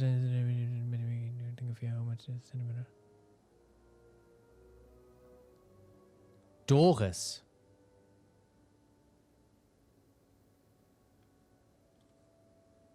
Doris ist das zweite Wort, Chat.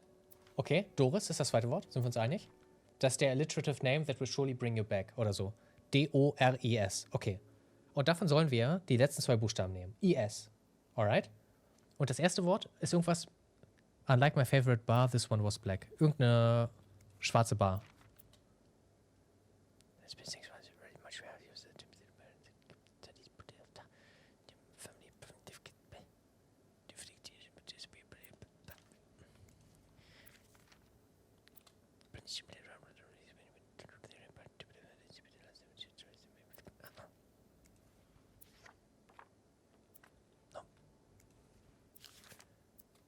Löws? Löws. Okay. Okay. Löws Theater. Das heißt,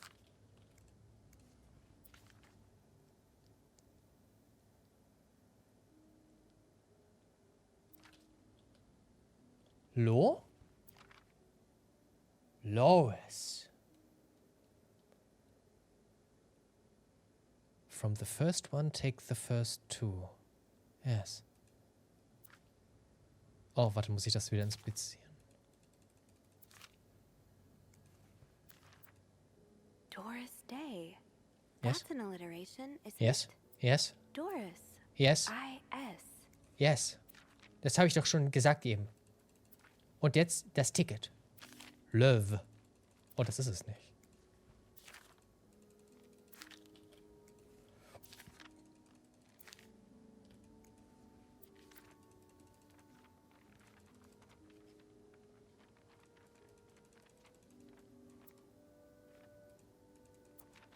Doris Day.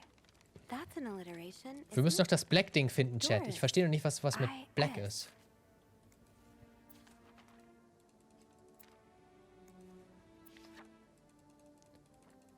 Unlike my favorite bar, this one was black.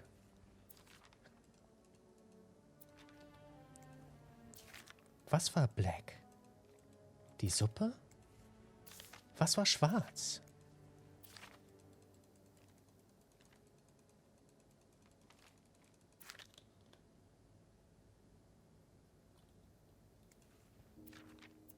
Doris Day. That's an alliteration, isn't it? I know, Doris. yes. Yes, Doris. I-S. Yes.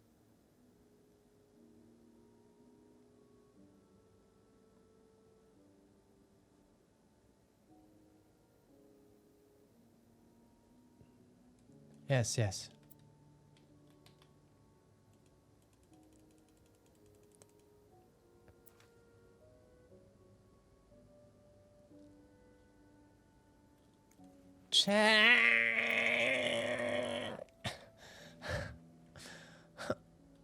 Was ist schwarz? Ich wünschte, ich könnte die ganze Wohnung ruinieren, alles rumwerfen. Vielleicht ist Michael schwarz.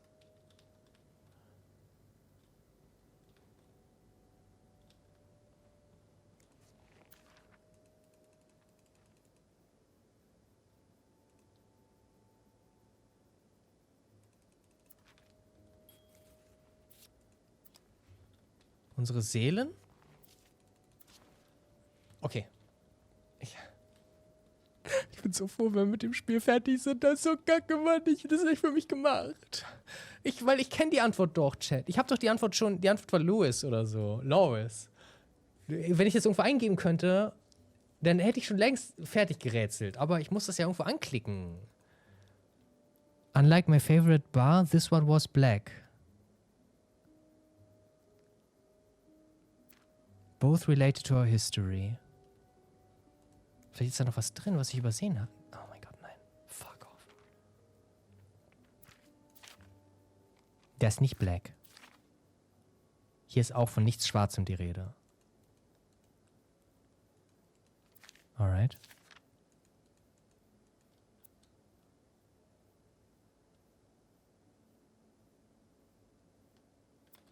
Can't wait for tonight. Alright. Hier gab es nur einen Hinweis, nämlich Doris. Haben wir schon fertig. Okay. Gab es sonst irgendwas, was mit Schwarz zu tun hat?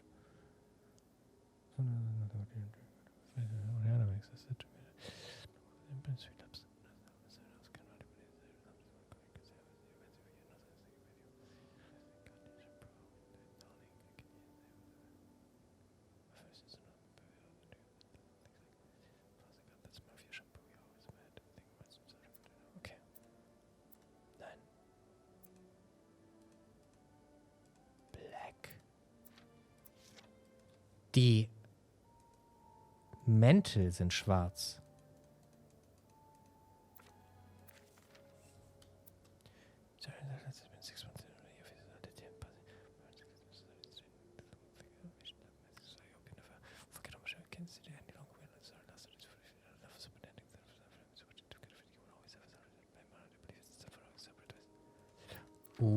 Chat. Was das Game doch gerne macht, ist, es schickt mich in andere Räume. Das bedeutet, ich muss einfach nur... Wisst ihr, was ich tun muss? Ich muss einen Zettel finden, der mit den beiden Ladies und ihren mit der jeweiligen Vergangenheit zu tun hat, aber in einem anderen Raum. Und wer hat die überwacht? Kameramann.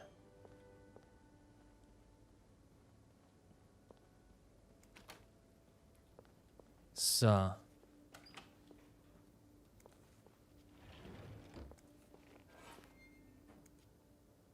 Der hat doch Nachforschungen angestellt, nicht wahr? Über die und ihren Mann, aber vielleicht ist ja auch etwas zu ihrer Vergangenheit drin.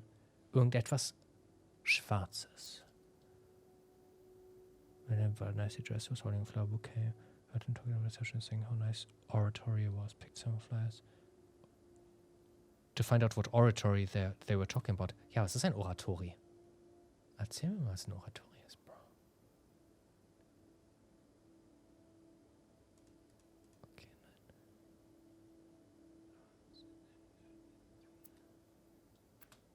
Go to the corridor now, what it was. And then I went back in my room, but it was body now. Nee, er verfolgt sie nur. Das hat ja nichts mit ihrer Vergangenheit zu tun. So we'll try to find out who's sneaking out at night shortly after me.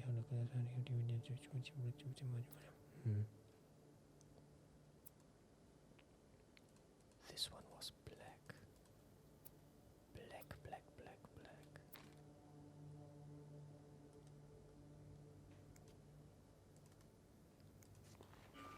Das Halsband des Hundes angucken? Greta?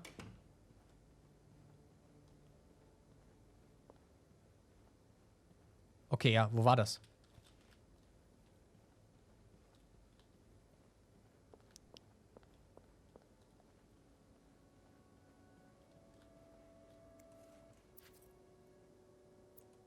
A cat named Greta. Stupid. Stupid. Danke. GR. Okay.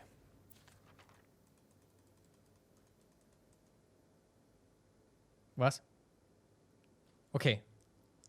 Unlike my favorite bar, im Gegensatz zu meiner liebsten Bar,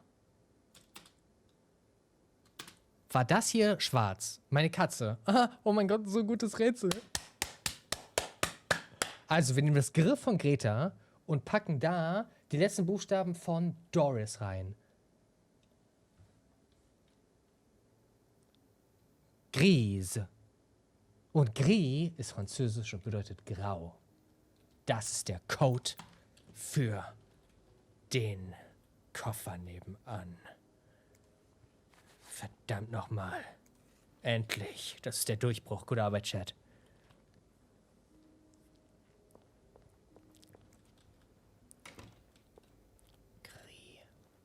Chris. Gris.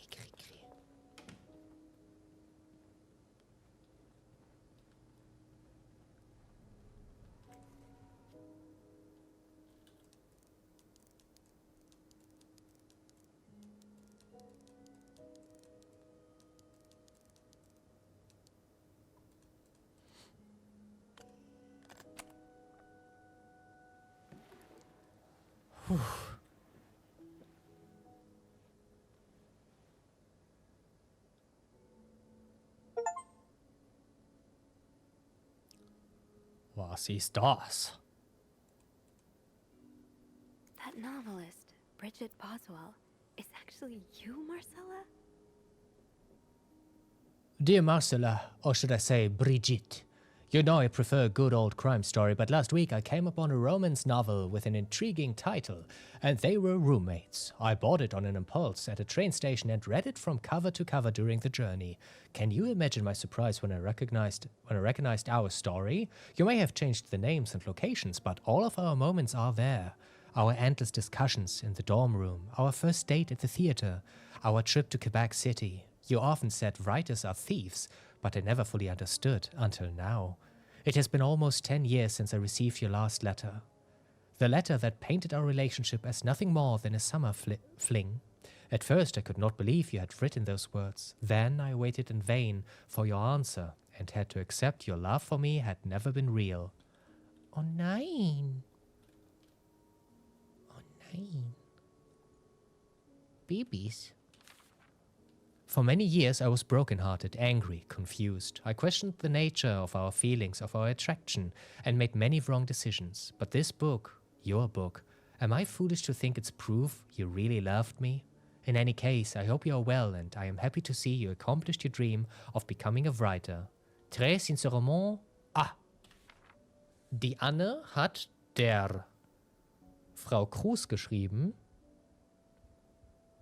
Nein, wartet. Frau Cruz, ja, die Ehefrau von dem reichen Burschen, die hat ein Buch veröffentlicht. Noch? Das mit den zwei Ladies, die aufeinander stehen. Und das ganze Buch war quasi so eine Autobiografie. Sie hat einfach aus ihrem eigenen Leben erzählt, aber die Namen verändert. Und das hat ihre alte Flamme gelesen und dachte sich so, what the fuck? Oh mein Gott, das sind doch wir? Girl. Also war das doch heiß und schön mit uns und du hast mich doch geliebt, richtig? Und so haben sie wieder zueinander gefunden. Weil die eine ein Buch veröffentlicht hat und die andere es gelesen hat und sich dachte, das ist doch sie und das bin doch ich. Okay, ich verstehe. After all this, it turns out you're a fan of Bridget? Of Marcella? That's a lot sweeter than I expected. Dear Marcella, although you don't know me, I think I can safely say I'm your biggest fan. Your novels have literally changed my life. Oh, das ist ein Brief, den hat sie früher bekommen. Also die Anne von nebenan war schon vor dem Bestseller, wo die Frauen sich lieben, ein Fan von anderen Büchern und hat dir einfach mal so ein bisschen Fanpost geschickt. After the war, I spent almost 10 years in a psychiatric hospital because of panic attacks. None of the treatments were working and I wasn't getting any better. I became friends with one of the nurses who started lending me books so I could pass the time. I didn't really like the first ones, but then I picked up Bridget Boswell's first novel, your novel. I had never read such a beautiful love story. It almost brought tears to my eyes. I immediately urged the nurse to get me more of your books. Believe it or not, the more I read them, the less panic attacks I had. The doctors thought it was their new medication finally working, but I knew the truth. Your novels gave me the courage to get in contact with Lindsay, a friend from the war. I had always felt for him the same way your character feels for each other. But I had never dared telling him. Now I have, thanks to you. The thought of seeing him again is what motivated me to get better and leave the hospital. I hope to hear back from him soon. Ooh, what?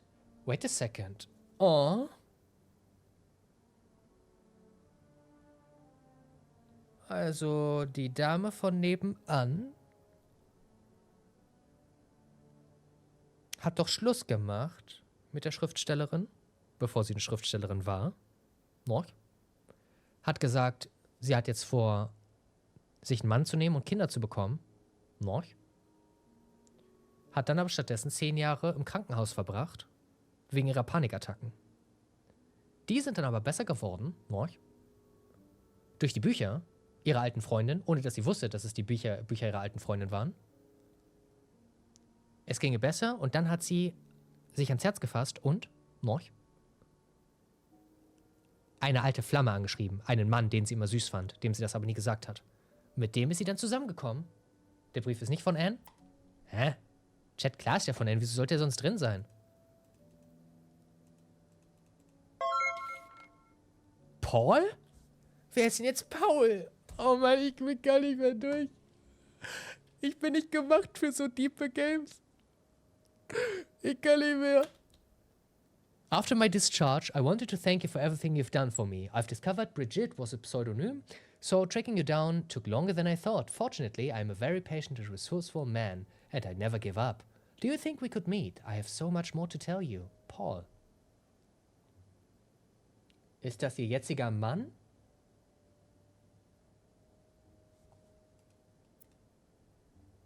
Hieß er Paul Cruz?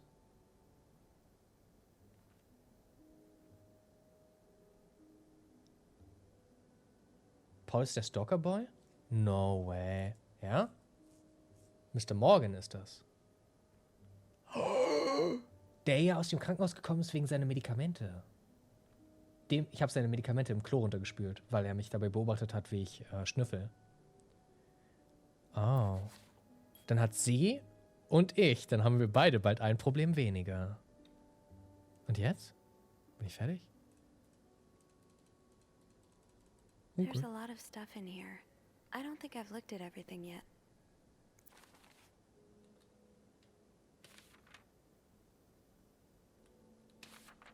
Oh, Anne. Es geht noch weiter. Murder might be a bit much, but you deserve some kind of justice. I didn't expect you to reply to my letter, but I am happy to see I was wrong. Your words have comforted me in a time of great distress.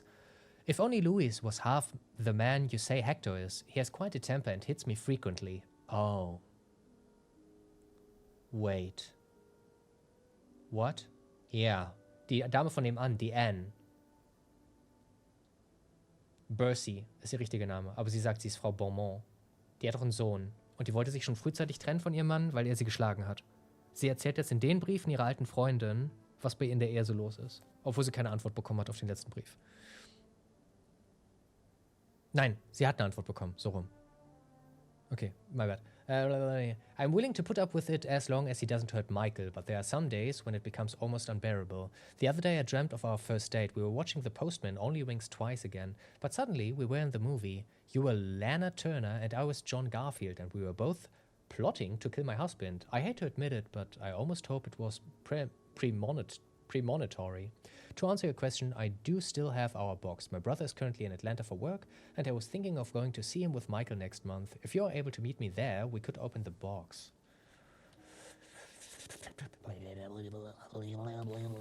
Together in love at the silly things we thought important all those years ago. I hope to hear from you soon. Très sincèrement. Ah. P.S. Do you remember that secret language we invented so Sister Miller couldn't understand the notes we passed during class?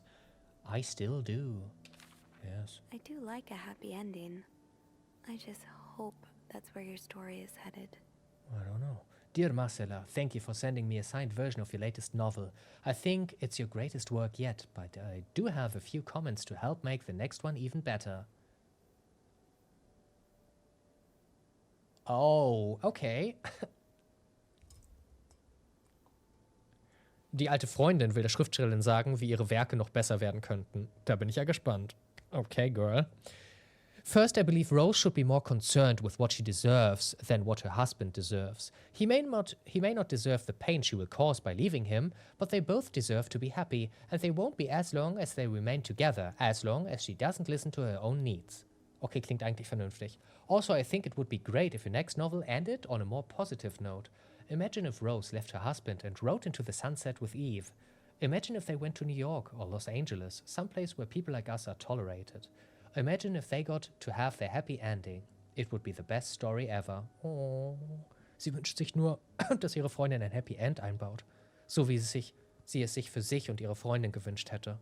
Oder immer noch wünscht. I know you say invisibility protects us, but don't you just wish to be seen sometimes? Wouldn't you like people to know you are Bridget Boswell, to recognize you on the street, to recognize you for your work? Why not publish your next novel under your own name? Oh, so you came to Montreal under the pretense of celebrating your wedding anniversary, but all along, you meant to reunite with Anne.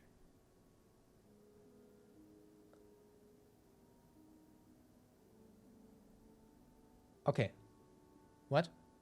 Dear Marcella, I left the house. I left Louis. I couldn't take it anymore. I couldn't lie anymore. How do you do it? How do you manage to live a double life, to hide your work and your novels from your husband? I had so much less to hide, and yet, Michael and I are staying at the Clarendon Hotel and we find a place and divorce is done. I don't know how long it would take. Could you come and see me in Montreal? I really need you by my side right now. Très sincèrement. I wouldn't put it past Louis, in the region looking for me under his surname, so I've registered under the name Beaumont. I wouldn't put it past Louis to school. Every outdoor guest looking in the region looking for me under his surname, so I've registered. Oh, sie hat sich mit dem falschen Namen angemeldet, damit ihr Mann sie nicht findet. Die Dame von nebenan mit dem Kind hat den Mann verlassen und wollte hier ihre Freundin treffen. Falscher Name, damit der Mann sie nicht findet. Der Typ, der sie geschlagen hat und die gedroht hat, ihr das Kind wegzunehmen. Okay. Alright. Verstehe.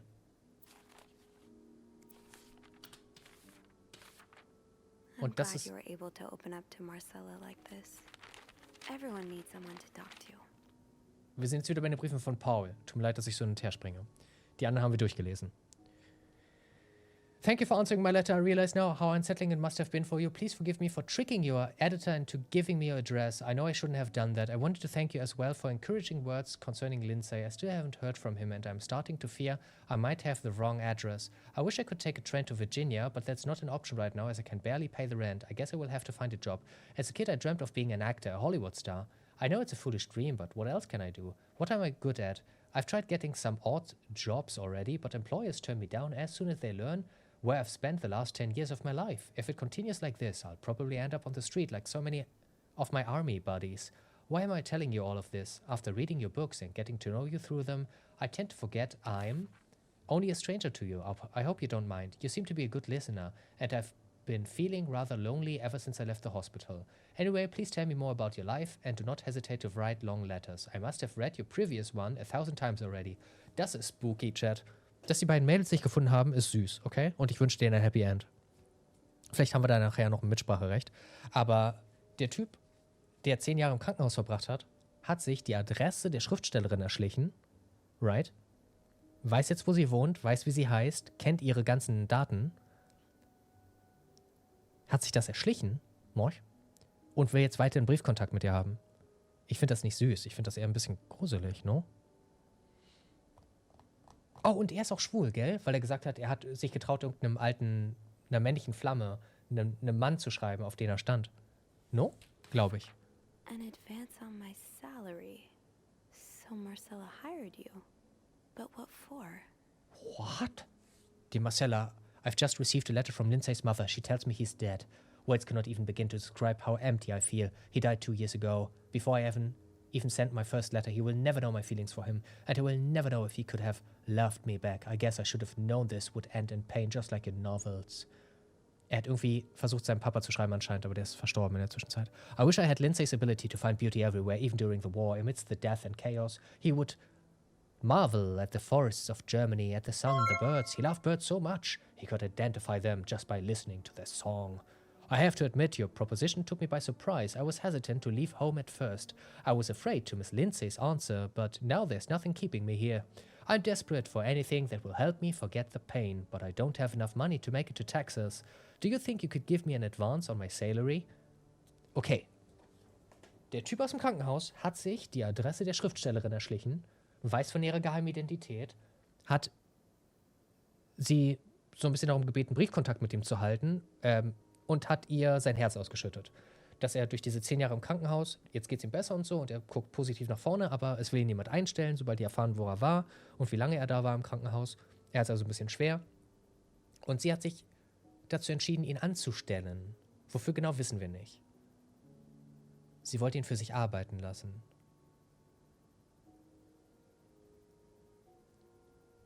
Wait. Ist er wirklich der Paparazzi von nebenan? Vielleicht hat sie nach Schmutz gesucht.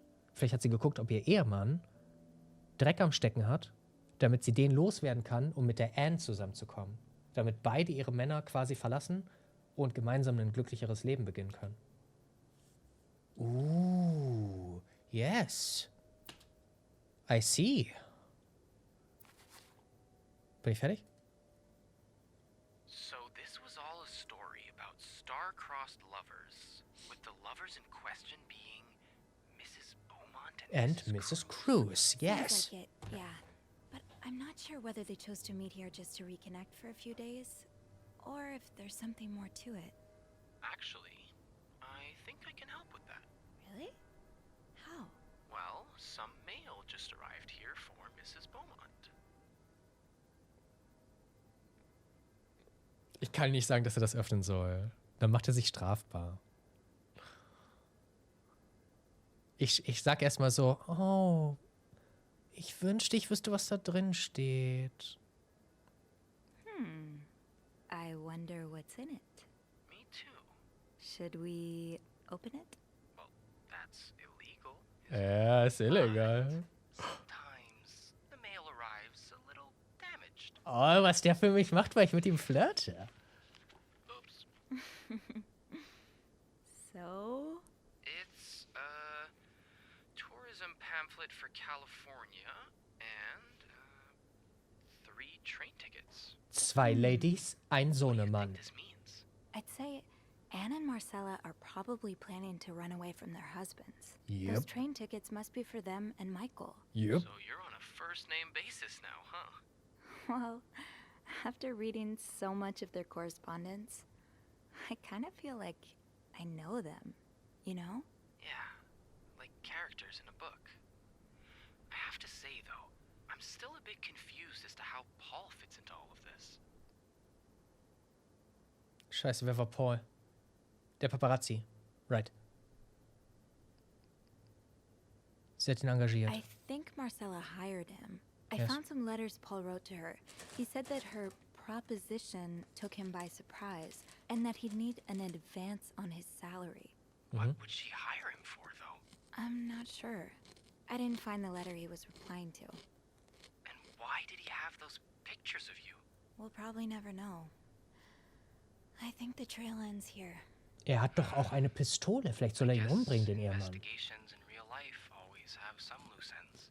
I was kind of hoping we'd have this big third act reveal, to be honest. At least it made our day pretty interesting.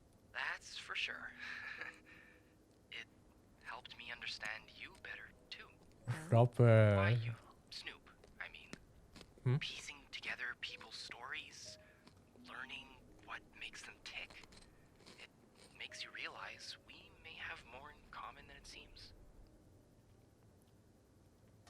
Aber was ist mit deiner Geschichte, Andrew? You're right. Which is why the next story I'd like to learn is yours, Andrew. Oh? Am I gonna find you snooping through my apartment next? No. I would love to share my story with you, Sophie. You're the first person in a long time who's made me feel like I can. Would you come and see me when your shift ends? We could leave together, if you'd like. Sure. If we're able to. With all that snow, I'm thinking maybe we'll have no choice but to spend the night here.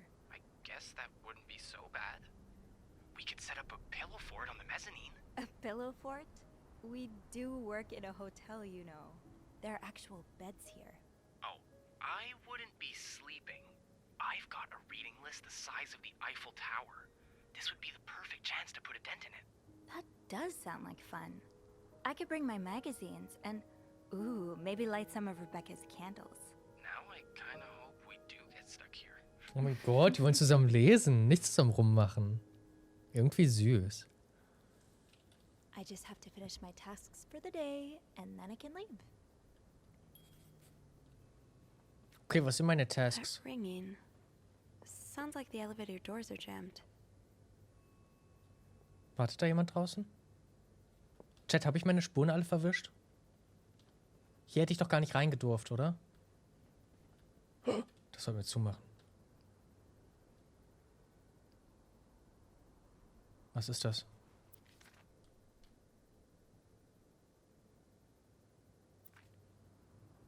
Klaus. Okay.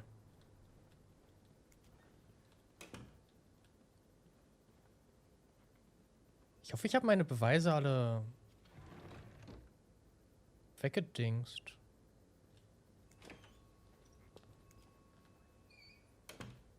Ist da Blut?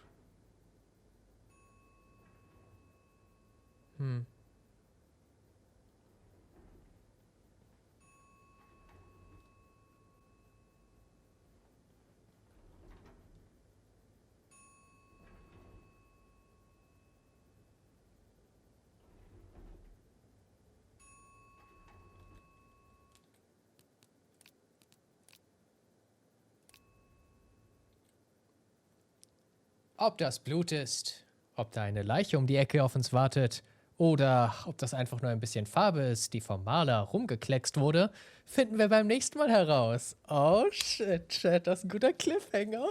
Da ist eine riesige Blutspur. Man hört den Aufzug immer wieder auf und zu gehen. Bing, bing. Wahrscheinlich, weil er die ganze Zeit gegen den Kopf hämmert von irgendeinem Typen, der da liegt.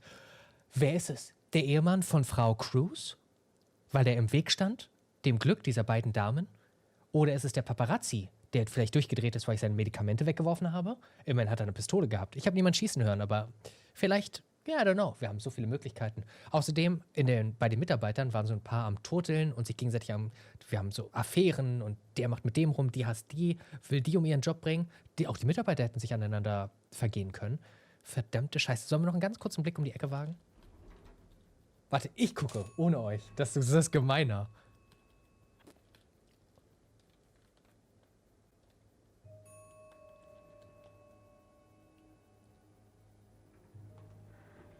Wag es dir.